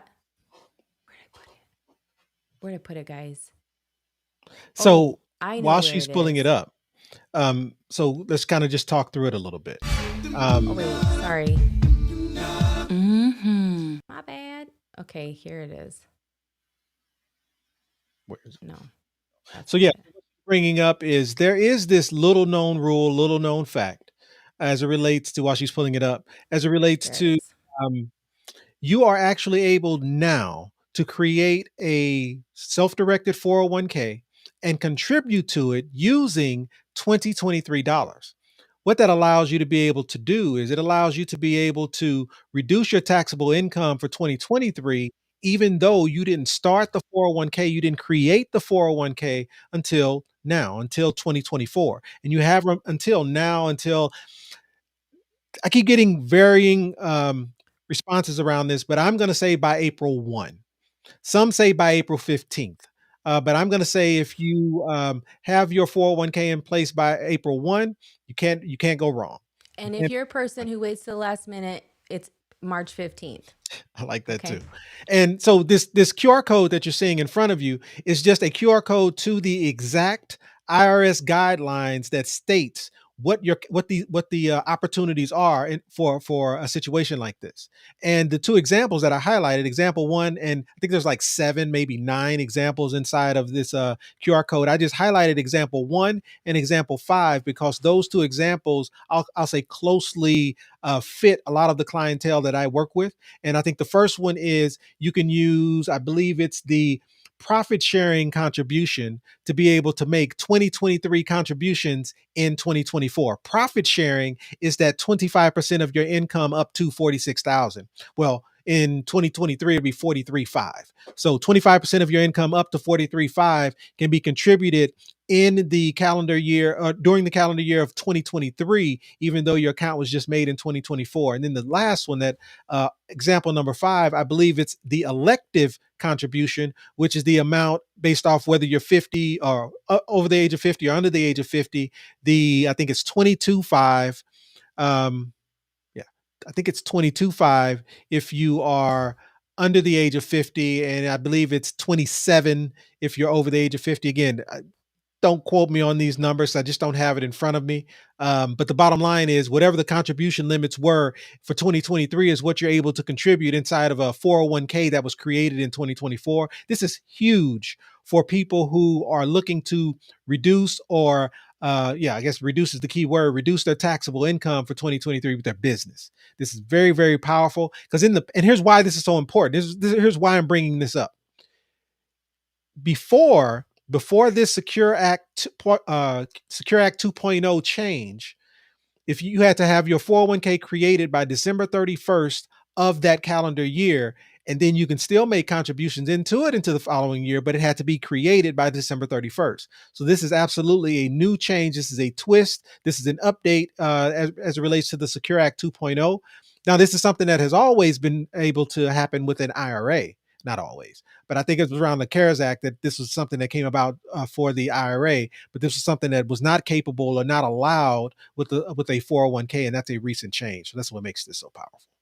And why? Why did this come about? You really don't have to be that deep into politics to understand why these things are in place. This is not to help people middle class. This is not to help the majority of people, and the majority of people aren't even aware that it exists, even though it could help them because we are taxed so heavily, right? This is to create the tax break because of the uh, all of the other benefits, and you just stack them up when you know them, right? And this is the difference between information, even. This Right. could be the difference for somebody in even just knocking them back into a tax bracket that makes sense, that would have more impact for them. Some people say, well, I'll just worry about it next year.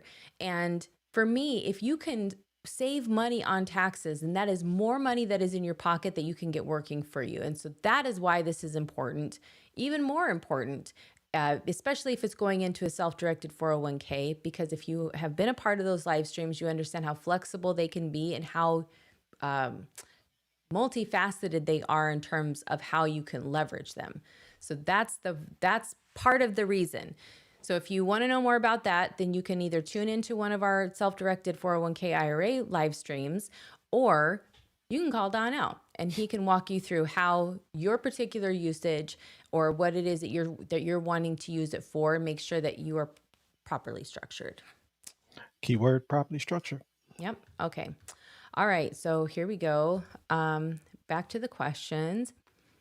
We have boop boop boop. Oh, Bobbyette says, "Have you had spam though?" Matter of fact, yes. Yeah, one And of our he, boys is on a spam kick at the moment. yeah, and he got that bug in his system when we visited Hawaii.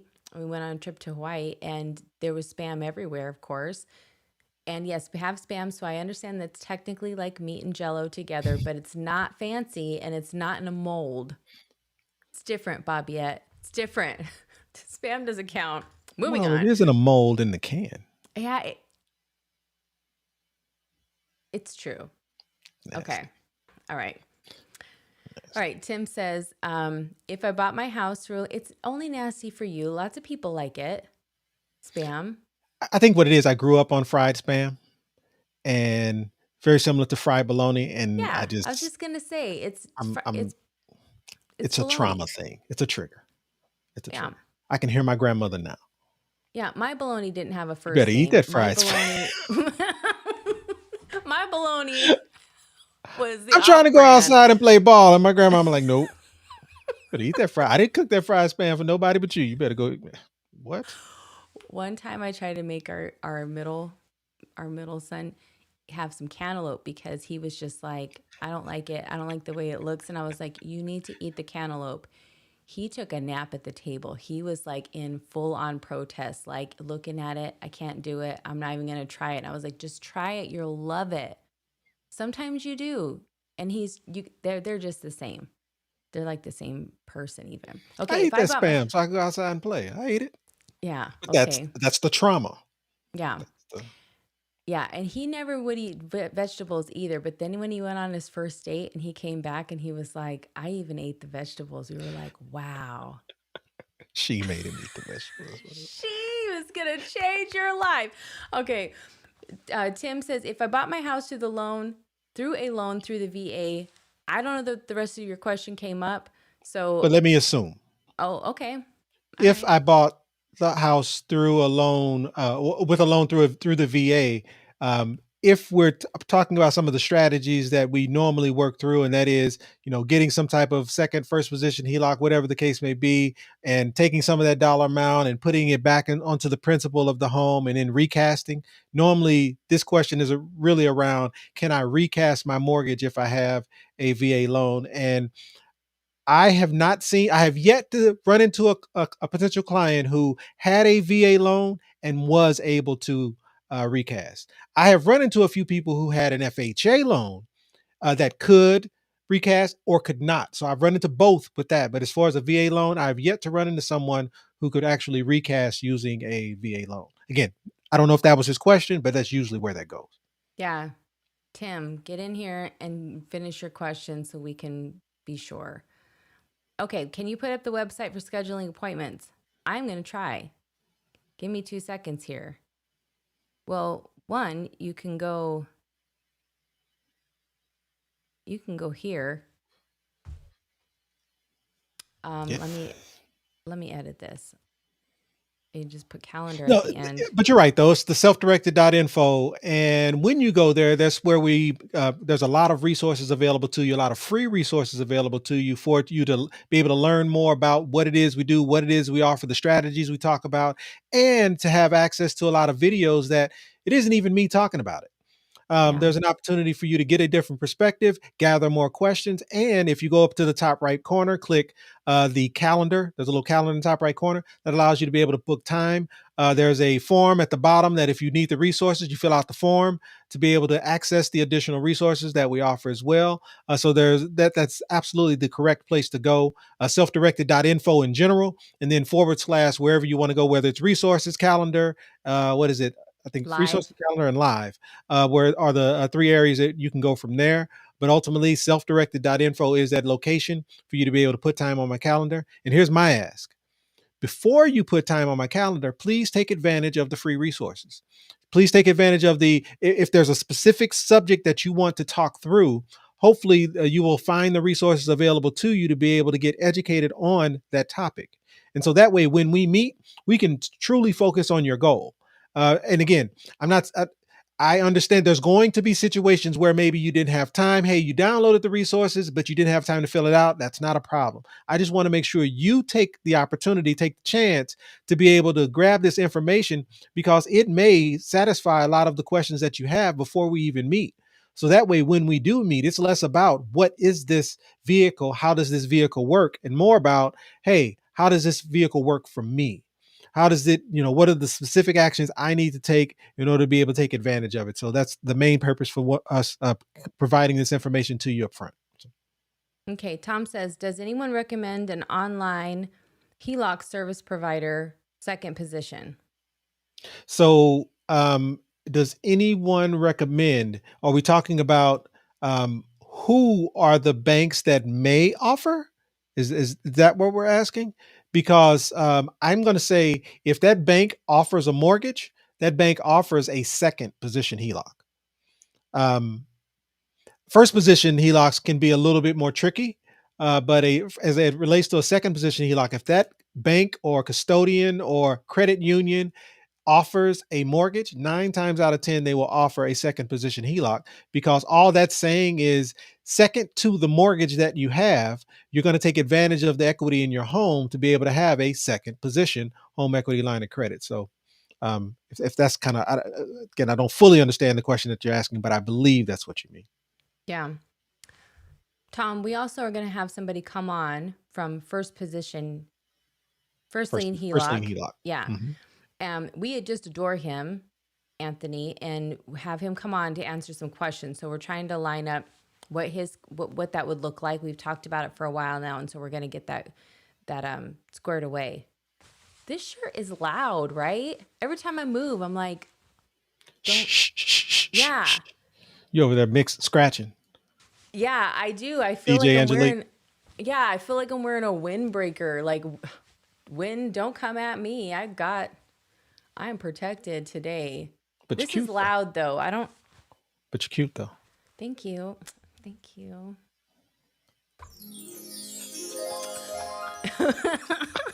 Okay, Lolo, it says, can I have a self-directed 401k as a sole So proprietor? far. Okay. So far. Yep. And can a SEP self-employment pension be converted to a self-directed 401k? Great question. Yep.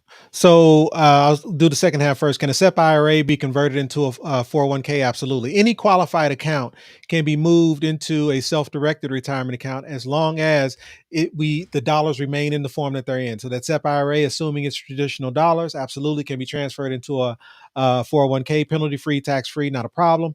And being a sole prop, any 1099 income, any LLC, any S corp and any C corp is sufficient enough for you to be able to have your own retirement account. And as long as you don't have any full-time employees, you can have contractors. You can 1099 whoever you would like, and you can have employees who work no more than I think it's 20 hours a week. Don't quote me on that. But the bottom line is any 1099 income, so any sole proprietorship will absolutely be sufficient enough for you to have your own 401k. All right. Well, we have some more questions, but I need to go grab them real quick. Okay. They're in here. I know it. I can try to help. It was this one though that took me out. Angelique on the mix. Peaky says DJ standard time still. All the standard times. Wicka wicka. All right. Bobbiette is sharing her journey with her VA loan in here, and I just want to just bring this up really quick because people's personal experiences, not 2 years ago, right, when they went through it, but right now, like getting somebody's fresh journey, they just went through it, they understand what the current offers are now or how the landscape has changed in some way. This is why our Facebook group is so valuable, because when people get in there and they share these types of things, or they have a question because they're going through a process, they're able to kind of bounce back. Sometimes they learn that the banker that they're working with just is not educated about their own products, and so therefore they learn extra questions to ask. Or is it okay to push back in this area? Yes, absolutely. Go in there because I'm in the same state as you. I bank with that same bank, and this is what my experience would have been. And so therefore, you should be able to qualify for this too. If they're saying it's not possible, it just may mean that they're a little ignorant in this area, and you might need to ask somebody else, get somebody else to do it, and get it done, right? So, Bobby, if you don't mind, will you go share that inside the group too? I don't mean like you have to type everything back out, but could you? That's not what I'm asking, but it is what I'm asking. Okay. Oh yeah. Here's Copy Jasper's and paste. question. Wicka wicka. All right. So the total death benefit should be the cash value plus the initial death benefit. Trying to figure out how you get the projected total death benefit. Yeah, absolutely. So, and I think this is the piece that gets lost when you're dealing with people who just sell life insurance. So, I'm going to go a long way to answer this question. So, let's say you're getting life insurance from State Farm. What is that life insurance you normally get? Well, that life insurance, they call it life insurance. They call it a death benefit, but the death benefit in most cases, death benefit equals life insurance only. And in essence, if you were to peel back the layers and understand how the policy is structured, it's structured as option A. What does that mean? Well, let's say you're putting away $500 a month, and that $500 a month is buying $200,000 in life insurance. Meaning, when I put in my first $500 in month one, if I step outside my door, something happens and I'm no longer with us, that $200,000 gets paid out to my beneficiaries, done. Well, what if I put away $500 a month, which is $6,000 over a year, which is $60,000 over 10, $120,000 over 20 years. So I've put $120,000 towards this policy. What's happening with my death benefit? Well, regardless of the year, it's still $200,000. But what did State Farm do with that $120,000 that I contributed into this policy? How did they use that $120,000? Well, in an option A policy, that $120,000 went into their general fund and it was invested.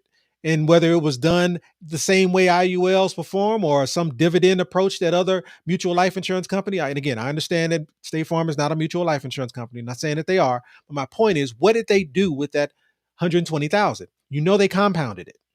And you know they took a gamble on you. The gamble was, we're going to take your $500 a month and we're going to make more money on that $500 a month than it's going to cost us to pay you out if, God forbid, you were to pass away. We think you're going to live long enough to where we're not only going to make our money back, we're going to make more. So what's the likelihood of that 120,000 turned into more like a half a million? It's pretty high. And then, God forbid, you passed away 20 years from now, your beneficiaries receive what? $200,000. They keep the 300. That, in most cases, is what most of us are buying as it relates to life insurance.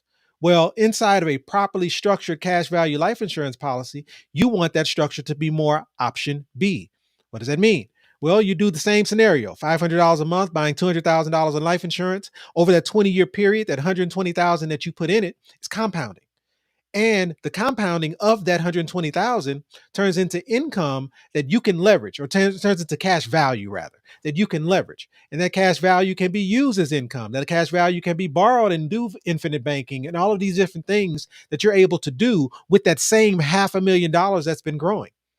Well, in an option B policy, that also means that the death benefit is two numbers, not one. The death benefit is two numbers. The death benefit equals the cash value plus the life insurance that you originally purchased. Well, that $500,000 that your cash value grew into, plus the $200,000 that the life insurance you were originally paying for with that $500 a month. If something were to happen to you in 20 years, then ultimately what that means is your beneficiaries would receive both numbers, which would be 500 plus the 200 originally that you originally purchased, which is $700,000 that would end up going to your beneficiaries. Which is why when you look in the calculator, the death benefit around that retirement age is so large, because you're looking at not just the life insurance you originally purchased, you're looking at the growth on that life insurance, because we have to buy more life insurance as your policy becomes larger, because we're adding more premium. And if we need to add more premium, we need to ask for more life insurance. So you're seeing the growth on the life insurance, plus the growth on the cash value, which comes from your contributions, plus all of the leverage that you're putting into your policy and that growth. So that cash value plus that the growth on your life insurance, those $2 amounts is what makes up that total death benefit at the end, which ends up being those $2 amounts. That was a long way for me to get there. That's okay though, because I had to go find a way to celebrate. Nice. This is pretty significant. No doubt. She said she got a first position on a VA loan. One more So time. here's why that's possible. It and it's possible for a first position home equity line of credit, because what she wasn't asking to do is take the VA loan and restructure the VA loan. What Like she was recast it. requesting was she's paying off the VA loan. So the VA With is getting their money back based off all the incentives that were provided as it relates to having a VA loan. So she converted the loan, she converted the mortgage to a first position HELOC, which absolutely there are many banks that will allow that to happen. If she was trying to take that VA loan and restructure it, keeping the same interest rate that she has and under the same structure that was originally allotted, that's what prevents people from being able to get a recast done on that VA loan. So absolutely makes sense. And congratulations. Yeah, congratulations, because we know Well, what you're about to do with it. I'm going to say I don't know, because my question was going to be, so now what? Right? Yeah. You got the She first said position HELOC now. So now how are you going to use it? What are you going to do with it? yeah, she's well, Pretty she's powerful. tuning into us, so she's clearly learning what to do with it. She's And got a that's what plan. I'm yeah, that's what I'm Mhm. excited about. Is that I No do doubt. think she has a plan. No doubt. Okay. Tom says, can I start a SKIA for 15-year-old son, $250 a month, turn it over to him after college when he earns income? What would that calculate age 30 and age 50? Yep. Ooh, 15 years old, Tom's wheels are spinning. age 30, $250 a month. Hold on, let me get you over there. No problem. Here we go. So 15 years of age till age 30. So that's 15 years, allowing that $250 a month. What does that look like? So the projected cash value is right around 90. Where's my pen? It's projected around $90,000 of cash value in that 15-year period. And there's a income of about 10 grand, 10,290 that you're able to take at that 15-year period. How much life insurance is being purchased here? We're buying somewhere around $153,000 in life insurance to start. And so that's what that would look like by age 30. So, yes, can you start a policy like this on your 15-year-old and then pass that policy on? Why is it so big? Okay, make it a little bit smaller. And then pass this policy on to your 15-year-old for him to be able to continue, assuming that, hey, he's out of college and he's now making enough income to be able to sustain the $250 a month. Absolutely. But in addition to that, he can also start contributing more than just the $250 to, I'll call it hyper fund, or get this thing compounding even further. And here's the other part. You can also keep this policy, and the income generated also comes to you, and you can use it as leverageable, a tool that you can leverage to use to pay things, and also use it as income yourself. So you do not have to return it, but you absolutely have that flexibility to be able to do so. Hand it over to him. And then what does it look like? Was the age 45, 30 and, oh, 30 and 50. 50, 30 and Yep. 50. So, oops, 30 and 50. So that same $250, you'd be putting your son in a position to potentially fire his job, because he would have available to him 74,000 tax free and an asset worth about 760,000. And then again, that's tax-free income for the rest of his life if he chose it. So therefore, that 74.5 on top of everything else that he would be able to do, everything else that he would have accomplished by that age of 50 is pretty powerful and would put him in a position to have a lot of choices that maybe you and I just don't have at that same age, right? Yeah, that's It's huge. it's good to have options for sure. Okay, I think we have time for one more question. Mhm. And oh, we got another one in here. So, hey, April, we'll get April's question in here. Johnson says, still confused about the difference between a first position HELOC and a second position HELOC. Yep. So I think the easiest way to think about it is this: when you buy a home, thing that matters the most to the bank is the mortgage. So regardless of what other product you get from that bank, credit cards, lines of credit, personal business, the bank cares nothing else about those other lines of credit or those other vehicles. Their main concern is the mortgage. So, from a balance sheet perspective, when they look at your profile, what is in the number one position, the most important vehicle that you have with that bank? And it would be your mortgage. Anything else is secondary. Anything else is after the fact. So if you wanted to leverage some of the equity that you have in your home, so let's again using real numbers, let's say you got a home that's worth 300,000 and your mortgage, the amount that you still owe on your mortgage is 150,000. So you owe 150, the house is worth 300, there's $150,000 of room. That room is equity. If you wanted access to some portion of that equity, the bank, in most cases, most banks do what, 80% LTV. So 80 times 300,000 is 240,000. So you have a balance on your mortgage of 150. They would give you an 80% LTV line of credit for 240,000. And so the difference between the 240,000 and 150 you owe, that's what you could actually receive in the form of a second position home equity line of credit, meaning the mortgage is in first position. The difference between the 240 and what you owe on that mortgage, that difference is how much equity they will allow you to have based off an 80% LTV situation. So in this case, whatever 240 minus 150 would be, that's the difference. What, at 90 grand? At $90,000 is what would be available to you in the form of a second position home equity line of credit. Well, what if um, I think I can't remember who put it up, but in one of our viewers' situation, they just now recently received a first position HELOC. I'm not sure who it was, to be honest, but Sakia. Yeah.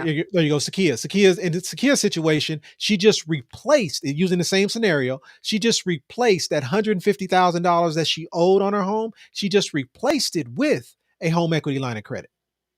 And so in the midst of replacing that 150,000, and you might ask, how is that possible?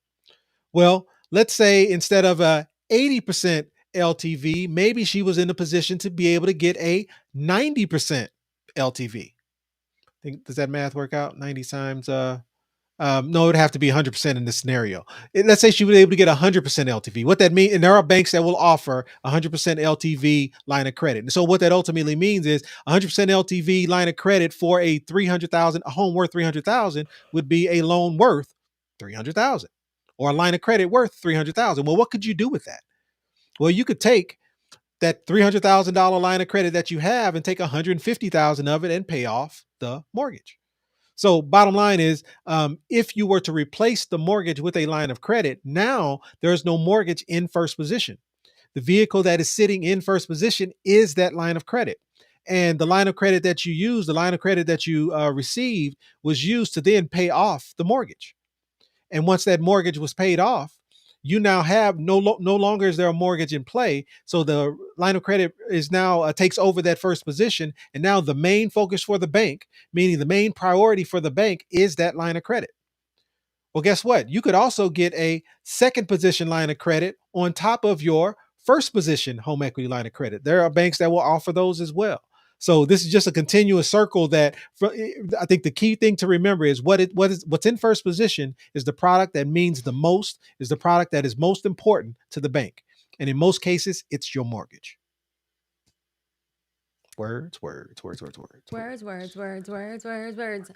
Speaking of words, names is something that I am failing forward with. I'm in my healing journey with pronouncing names. Gotta sound it Sequia. out. Yeah, Sound sound it it out. out. Yeah, she even put this dashes in there for me. So my bad. Join the club. It's an exclusive club here on our channel of people's names that I How have to butcher a butchered. name. Yeah, 101. it's I don't know. We should send Sakia. out. We should Sakia. send Sequia. See, you're doing it wrong. There it is. All right. We had a couple other questions here. So, All right, let's do it. all right. Hey, April, how do you know a, hey, do you know, end Hey, scene, starting over. Okay. Hey, everyone. Hey, do you hi. know a banking situation stop that still offers PLOCs? I'm having trouble finding a bank that offers this. Um, I was watching a Mm-hmm. Denzel Rodriguez live probably 3, 4 months ago, and someone asked him this exact same question. And on the live, he pulled up the Google search bar and simply he asked for what was your state, and he put in the search bar the state and a comma and personal PLOC, personal line of credit, and like all these banks kind of popped up. And I would say that's kind of the easiest route to go, and that is using your state or using your county or using the city that you're in, and then putting in whatever that vehicle is that you're looking for, and just see what happens there. But here's what I know: personal lines of credits, PLOCs, are few and far between, mainly because of the interest rate issue that we're dealing with right now. They are expensive. And so I'm not saying that you can't find one. I don't know that you would find one that really makes sense. But in most cases, a lot of cases, maybe people don't have a home to be able to leverage. So their only option would be a personal line of credit. There are banks out there that will offer them. I think the best thing that you could do is do a search. And then once you identify those 5, 6, 10 banks that offer personal lines of credit, make sure you interview them. Do not go with the first one that makes an offer. Interview them and pit them against each other. Walk them through how, or, and again, I would do this without letting them run my credit. So they need to make you whatever that offer is without having to actually pull your credit. Even if they do a soft pull, I'm fine with that. But they should be able to make you some, I'll call it a legitimate offer without having to pull your credit just based off the profile that you provide them. And I would shop that profile around and pit all of these banks against each other. Yeah, round Because what you're one. looking for is some type of 90-day, 6 month, 12 month, 18 month low rate interest. 9 times out of 10 with a PLOC, you're not going to get a 0% for some period of time, but something 2, 3% less than prime. There should be banks out there doing that. Why? Because they have to make money too. And so that's Yeah. where pitting them against each other puts you in the best negotiable position to be able to identify what that best rate would be. And Bobbiette says, wanting a PLOC is not out of this world. You too can get one from NASA Federal. So head on over to NASA There we go. Federal, where they give up to $35,000 for PLOCs, even Can to I ask people the who aren't interest rate on actually. that $35,000? No, you cannot. Just kidding. Bobbiette, can you tell us your interest rate? We're trying to know. And not necessarily yours, because yours is based off your credit profile. But I'm curious, there was a range that they provided before they ran your credit. What Yeah, was that range that they offered? and I would love to know, like, I always take pictures of signage just to see like what those offers are. If I see them, and sometimes I'll pop them in the group if I have the time to do that. And please, you guys do the same thing. If you see an offer out there, just screenshot it and throw it in the group and say, hey, if anybody's interested, this looks good, especially those 0% i- uh, i- intro offers for credit cards. That part. Huh? That part. That part, yeah. You see, those types of offers, a lot of people are just waiting for it to come in their feed, right? But if Hmm. they get it because it came in your feed, that doesn't matter. It's win-win. Tim says, can your monthly investment into the MPI policy be changed during the first year? So yes, it's well, converting a monthly payment into a quarterly, semi-annual, annual payment, yes, that can be done. But it was strange. I had a client call and ask if they could have their annual payment changed to monthly. They were about 6 months in, and that's the one where Think about it. If you're paying annually, you've paid for the year, so you would want to wait to the start of the second year before you would start that. But you can make that adjustment. It would just have to be at the start of the second year. Mm. Feather has a really good comment in here. She says, also, banks will do anything they can to get away from offering the PLOC because they don't have Man, security. Most credit man. unions will do a credit card tied to a checking account. Yeah, that's That's a why I good love this point. community, because you're spot on. And um, put it this way: when you walk into the bank or that credit union, they have a list of items to offer you, and you can speak the terms of a second or a first position HELOC and everything that you know about it. But if it's not on their list, they are going to do everything that they can to not offer it to you. So you're absolutely correct on Okay. Tom has a follow up question to Tim's question. that. Yeah. Tim and Tom, Timmy. teaming up in the chat. Mhm. I thought it was going to be a thing, but it didn't come out like I was thinking. How about any year, therefore, also? Well, now you're assuming that I remember Tim's question. Tim is, can you change your monthly amount Yep. during the first year? Yep. And so Tom's like, thereafter, okay, absolutely. how about after? Yeah. So here's the key piece. This process has to be managed. And so therefore, we are going to meet every year. Now, do we have to meet every year? Not necessarily. So what does meet mean? Well, let's say we ended in the first year. You might get a text message from me that says, hey, Dinner. congratulations on your first year. Are there any adjustments that you would like to make? Or you might get an email from Frankie saying something similar. Dinner. Well, if the answer is no, hey, everything is fine, I'm good, then we move on to the following year. You may get another communication at the end of the second year saying the same thing. But at the start of the third year, everything changes. At the start of the third year is when you enter the ability to be able to add leverage into your account. And so at the start of the third year, there's some action that has to be taken by you. I cannot take action inside of your policy or inside of your account. I can share with you what the action needs to what the action I can describe to you what that action needs to be, but the actual I'll call it approval process has to go through you. So what do I mean? Well, let's say using it let's see which one is this. Using the $250 a month that Tom was referencing for his son.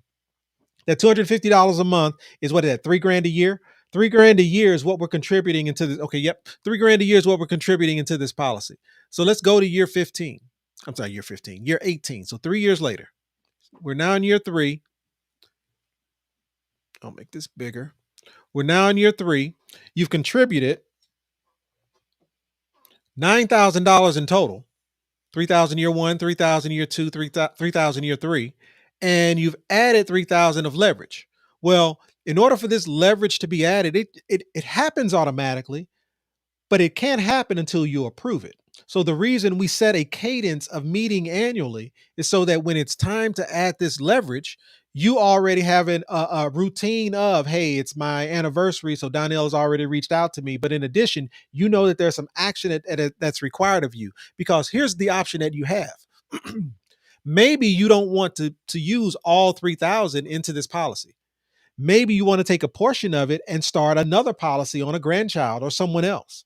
And so you have that the autonomy or the flexibility to be able to use this leverage how you would like. If you're following the MPI strategy, then obviously all of the leverage is going to go back here, and that's going to continue the growth inside your policy. But my point is, you have an option, and it has to be approved by you. So what does that require?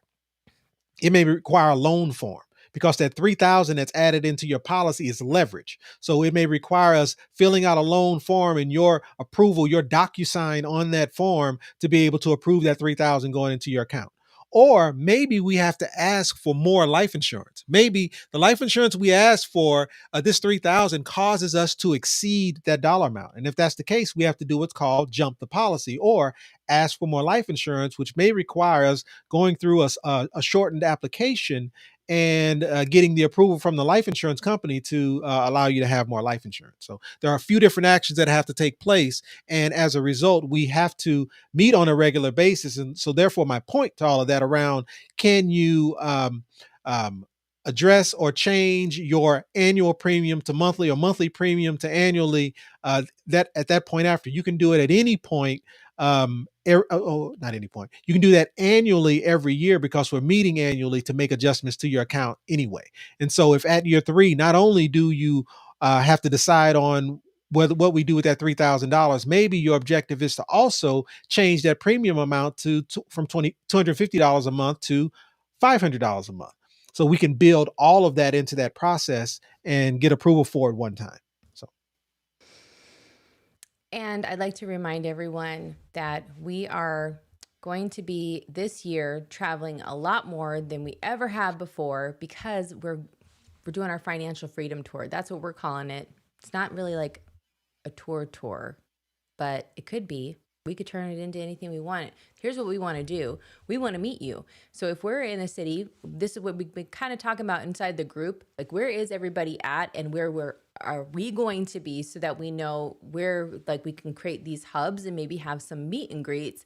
And I think that would be a lot of fun, just to have just kind of a chill, nothing, not like a presentation or anything like that, but we could just sit and chat. I think that would be pretty cool. Something that's really casual. This is newsflash. what? So you don't even know this. A gentleman reached out to me today from Oakland, so the Bay Area. Okay. And he's got an investment group that he was asking if we would be willing to present to his team. So it's possible we may be adding another city Oh, yeah, to cool. our financial freedom tour. So still working out the details. So nothing definite yet. But for those of you in the Bay Area, this may be an opportunity. Yeah, that's really cool. And I do know that so Oakland, and then I know that we'll be in San Diego at some point too. We have to Mhm. define those dates still, but we do have a solid amount already on the calendar in Mhm. Indianapolis, Orlando, Orlando, bunch of other places. Can't think of them right now. standard All time. in different, all the standard times. And that's why I was laughing so hard at his comment. You have to read it, Jonelle. You got to read it. You got to read it out loud for all of us. Oh, this one. And go. All right. So this has been my Papa. What? Am I Am I Papa D? and I'm so DJ confused. Stidham Standard Oh Time. my God. Read Oh my God. it out loud. Do it.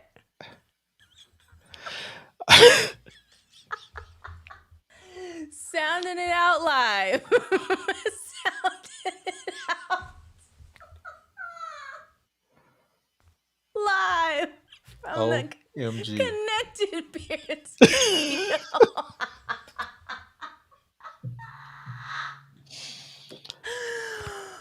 Woo! If you know why that's so funny, I hope you are dying right now. This is hilarious. The last like 3-4 streams have been all about the beard connecting, and it is, oh my gosh, I was trying to edit some of that and I was just dying Oh, the laughing. disrespect. Oh, the disrespect. No, this right here is prime cuts comments right here. This is top tier. Top tier. Okay, so It back was already to, hot enough in this office. I I mean, know, golly. golly, this don't breathe. It does not breathe like you would think it Jeez. was. It's loud. Run in my chair. It's convincing.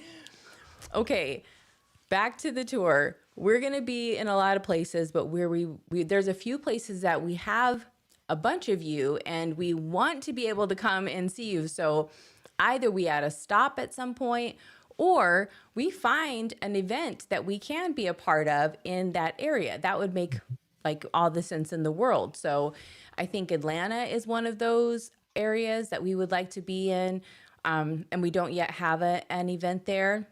And then we have some that are tentative, some that are pretty big conferences, and we don't know if we can throw that in this year, if we might have to wait till next year.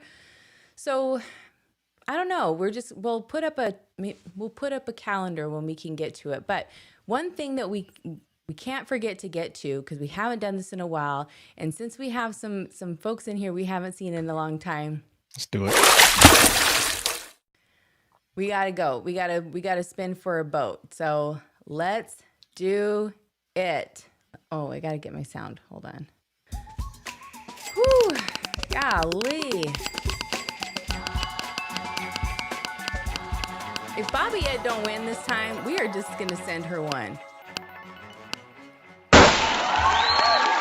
You should go play the lottery, my friend, because you have won so many times on here. So many times. Okay, well, he already has a boat, so that would be cool if we were spinning for the shirts, which I still have to figure out, guys, by the way. I'm waiting for the company to tell me so you guys can pick out your own stuff. Come on, Bobby Ed! Jeannie Williams Hannah. Love it. Yeah, I think I want to say maybe she won before, but I don't think so, Still write it actually. down. Yep. Okay. All right. And what do you do when you win? Yes. Did you win the boat? Hold on, I have the thing. Did you win the boat? Okay. Oh, yep, here. No, don't do Banner. that anymore. Yeah, but don't do that anymore. Still go to the let me edit it again. I need to just make another one. Live. Okay. Still go here, and then at the bottom of the page there's a form. Still fill that out because that way I don't mess up the address if there's an issue at all with copying it over. So that eliminates that part of it. Okay, let's spin for another one. Absolutely. But that's what you do when you win.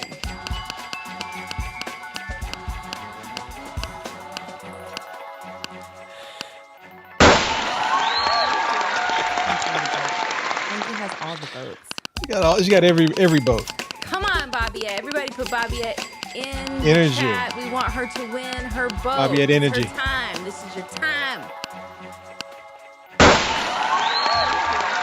Well, that's cool too. Absolutely. Cool too. Yeah. Congratulations. So again, go to selfdirected.info and fill out the form.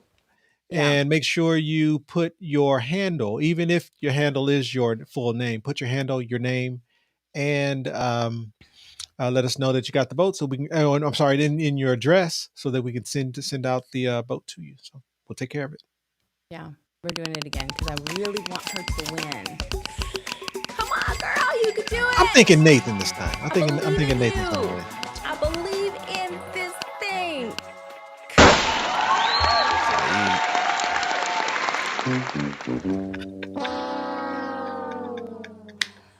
Come on. Give it to her. We're doing it again. Okay, one more time. All the good juju. All of the good juju. Everybody put it in there towards the screen. Boyd, Aston. I like it.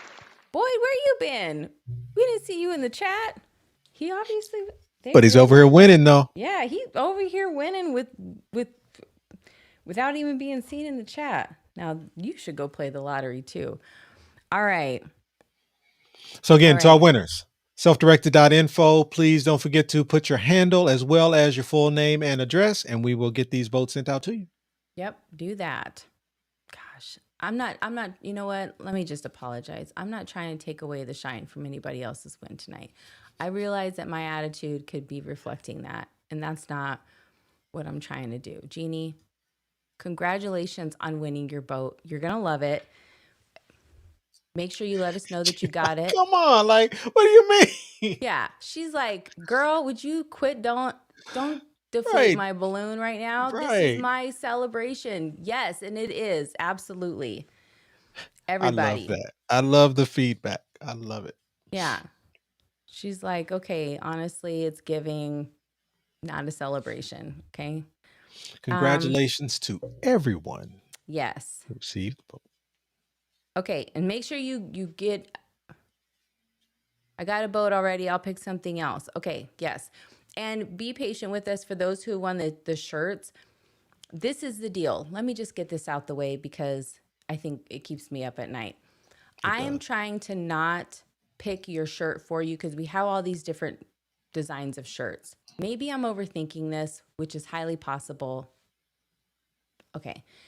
I probably am. But this is what, and if I could wave my magic wand and the world could be perfect in this situation, it would be that you guys get to pick the shirt that you want. Or if you decided, hey, I don't want a shirt, I want a cup or a mug, or I want the onesies because I want to put this on my baby, right? Or my grandbaby or whoever. I want something different. The notebook, there's a ton of stuff in there. And I want something different. I want you to be able to pick what it is that you want, because that's why we have all that stuff. We didn't have those stuff. Like nothing in there makes us any money. So it's not up there for some sort of profit. Right. I put down to the cents on the majority of the stuff. Sometimes I just rounded up if it was like 97 just to make it easier because I was making stuff fast. But I promise you, there's not more than 3 cents that we are making off of anything in there. And it was only for my own convenience to round the number up. Point is, nothing in there is about us. We only made stuff when you guys said, this should be on a shirt. Enough times that we said, okay, we'll put it on a shirt.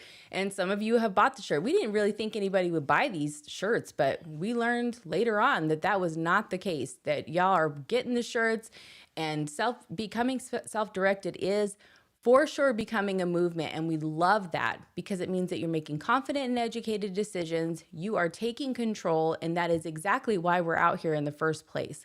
So we love that. So whether you need a cup, a mug, a notebook, stickers, buttons, whatever it is that will help you to stay on track and stay focused and kind of reel you back into your community of people who, no, that's not a thing. No, we just put a sticker on that because we were trying to figure out if we should order pens.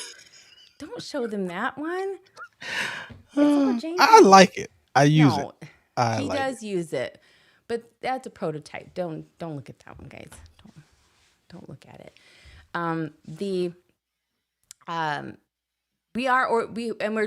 We're getting merch for when we travel too. So we have more things that we have out there just to help people kind of those visual reminders of, hey, don't forget you're on this journey. This is like an anchor thing for you.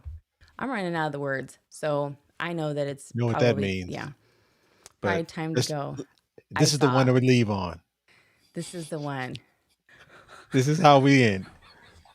This is exactly how we end it. And we were laying in bed last night and we were laughing about this. Honestly, we were. And I said, what's weird is that we've talked a lot about your beard, but I have never one time looked at you and thought to myself, man, I wish his beard connected. Like, I want to help him achieve that. You've mentioned it before, like that was a thing that you think of sometimes, but I never thought, like, looked at you and thought of that. Like, I really love it. But the reason why I was bringing it up, because I was editing one of the streams that we were talking about, and I honestly called it a pause. I was like, oh, I tried to say something nice. I was like, it's a pause. It's just... And oh God, I was laughing so hard. But this community, and whatever it is, whether it's connecting, whether we're out here connecting the points or not, and things are starting to connect so that you can take action, that's the whole point. Whether the points start or stop in different areas, where you are is where you are, and that is where you start your journey. Pause.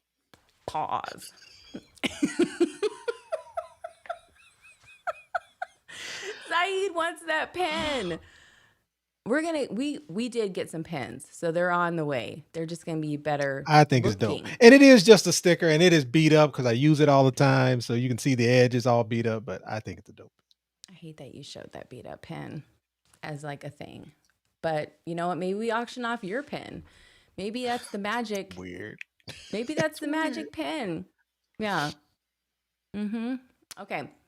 How about we do this? I want a shirt with a beard silhouette that says self-connected. What is this guy? A comedian. This is hilarious. Wow. We're making this a thing. We are making this a thing. I'll wear that shirt. I will wear that shirt. Get self-connected.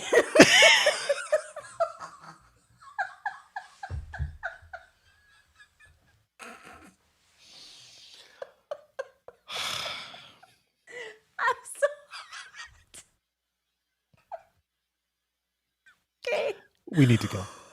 I can't do this. I We need to go. cannot breathe right now. Oh, okay. All Oh right. my gosh. We are bringing people to the chat at this point. I can't. All right, I am leaving here and I am making that a shirt. So I will put it in the community feed, in the group, wherever it needs to be. Oh, MG. And I will wear that shirt proudly. We're putting it on speed order so you can get it up in here.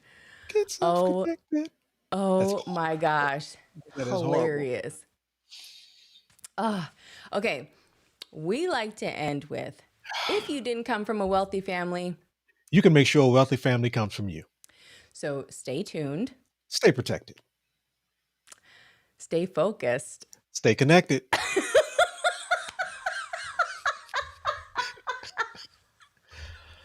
My name's Angelique. And I'm Donnell. And our goal is to help you get self-directed. Dang it.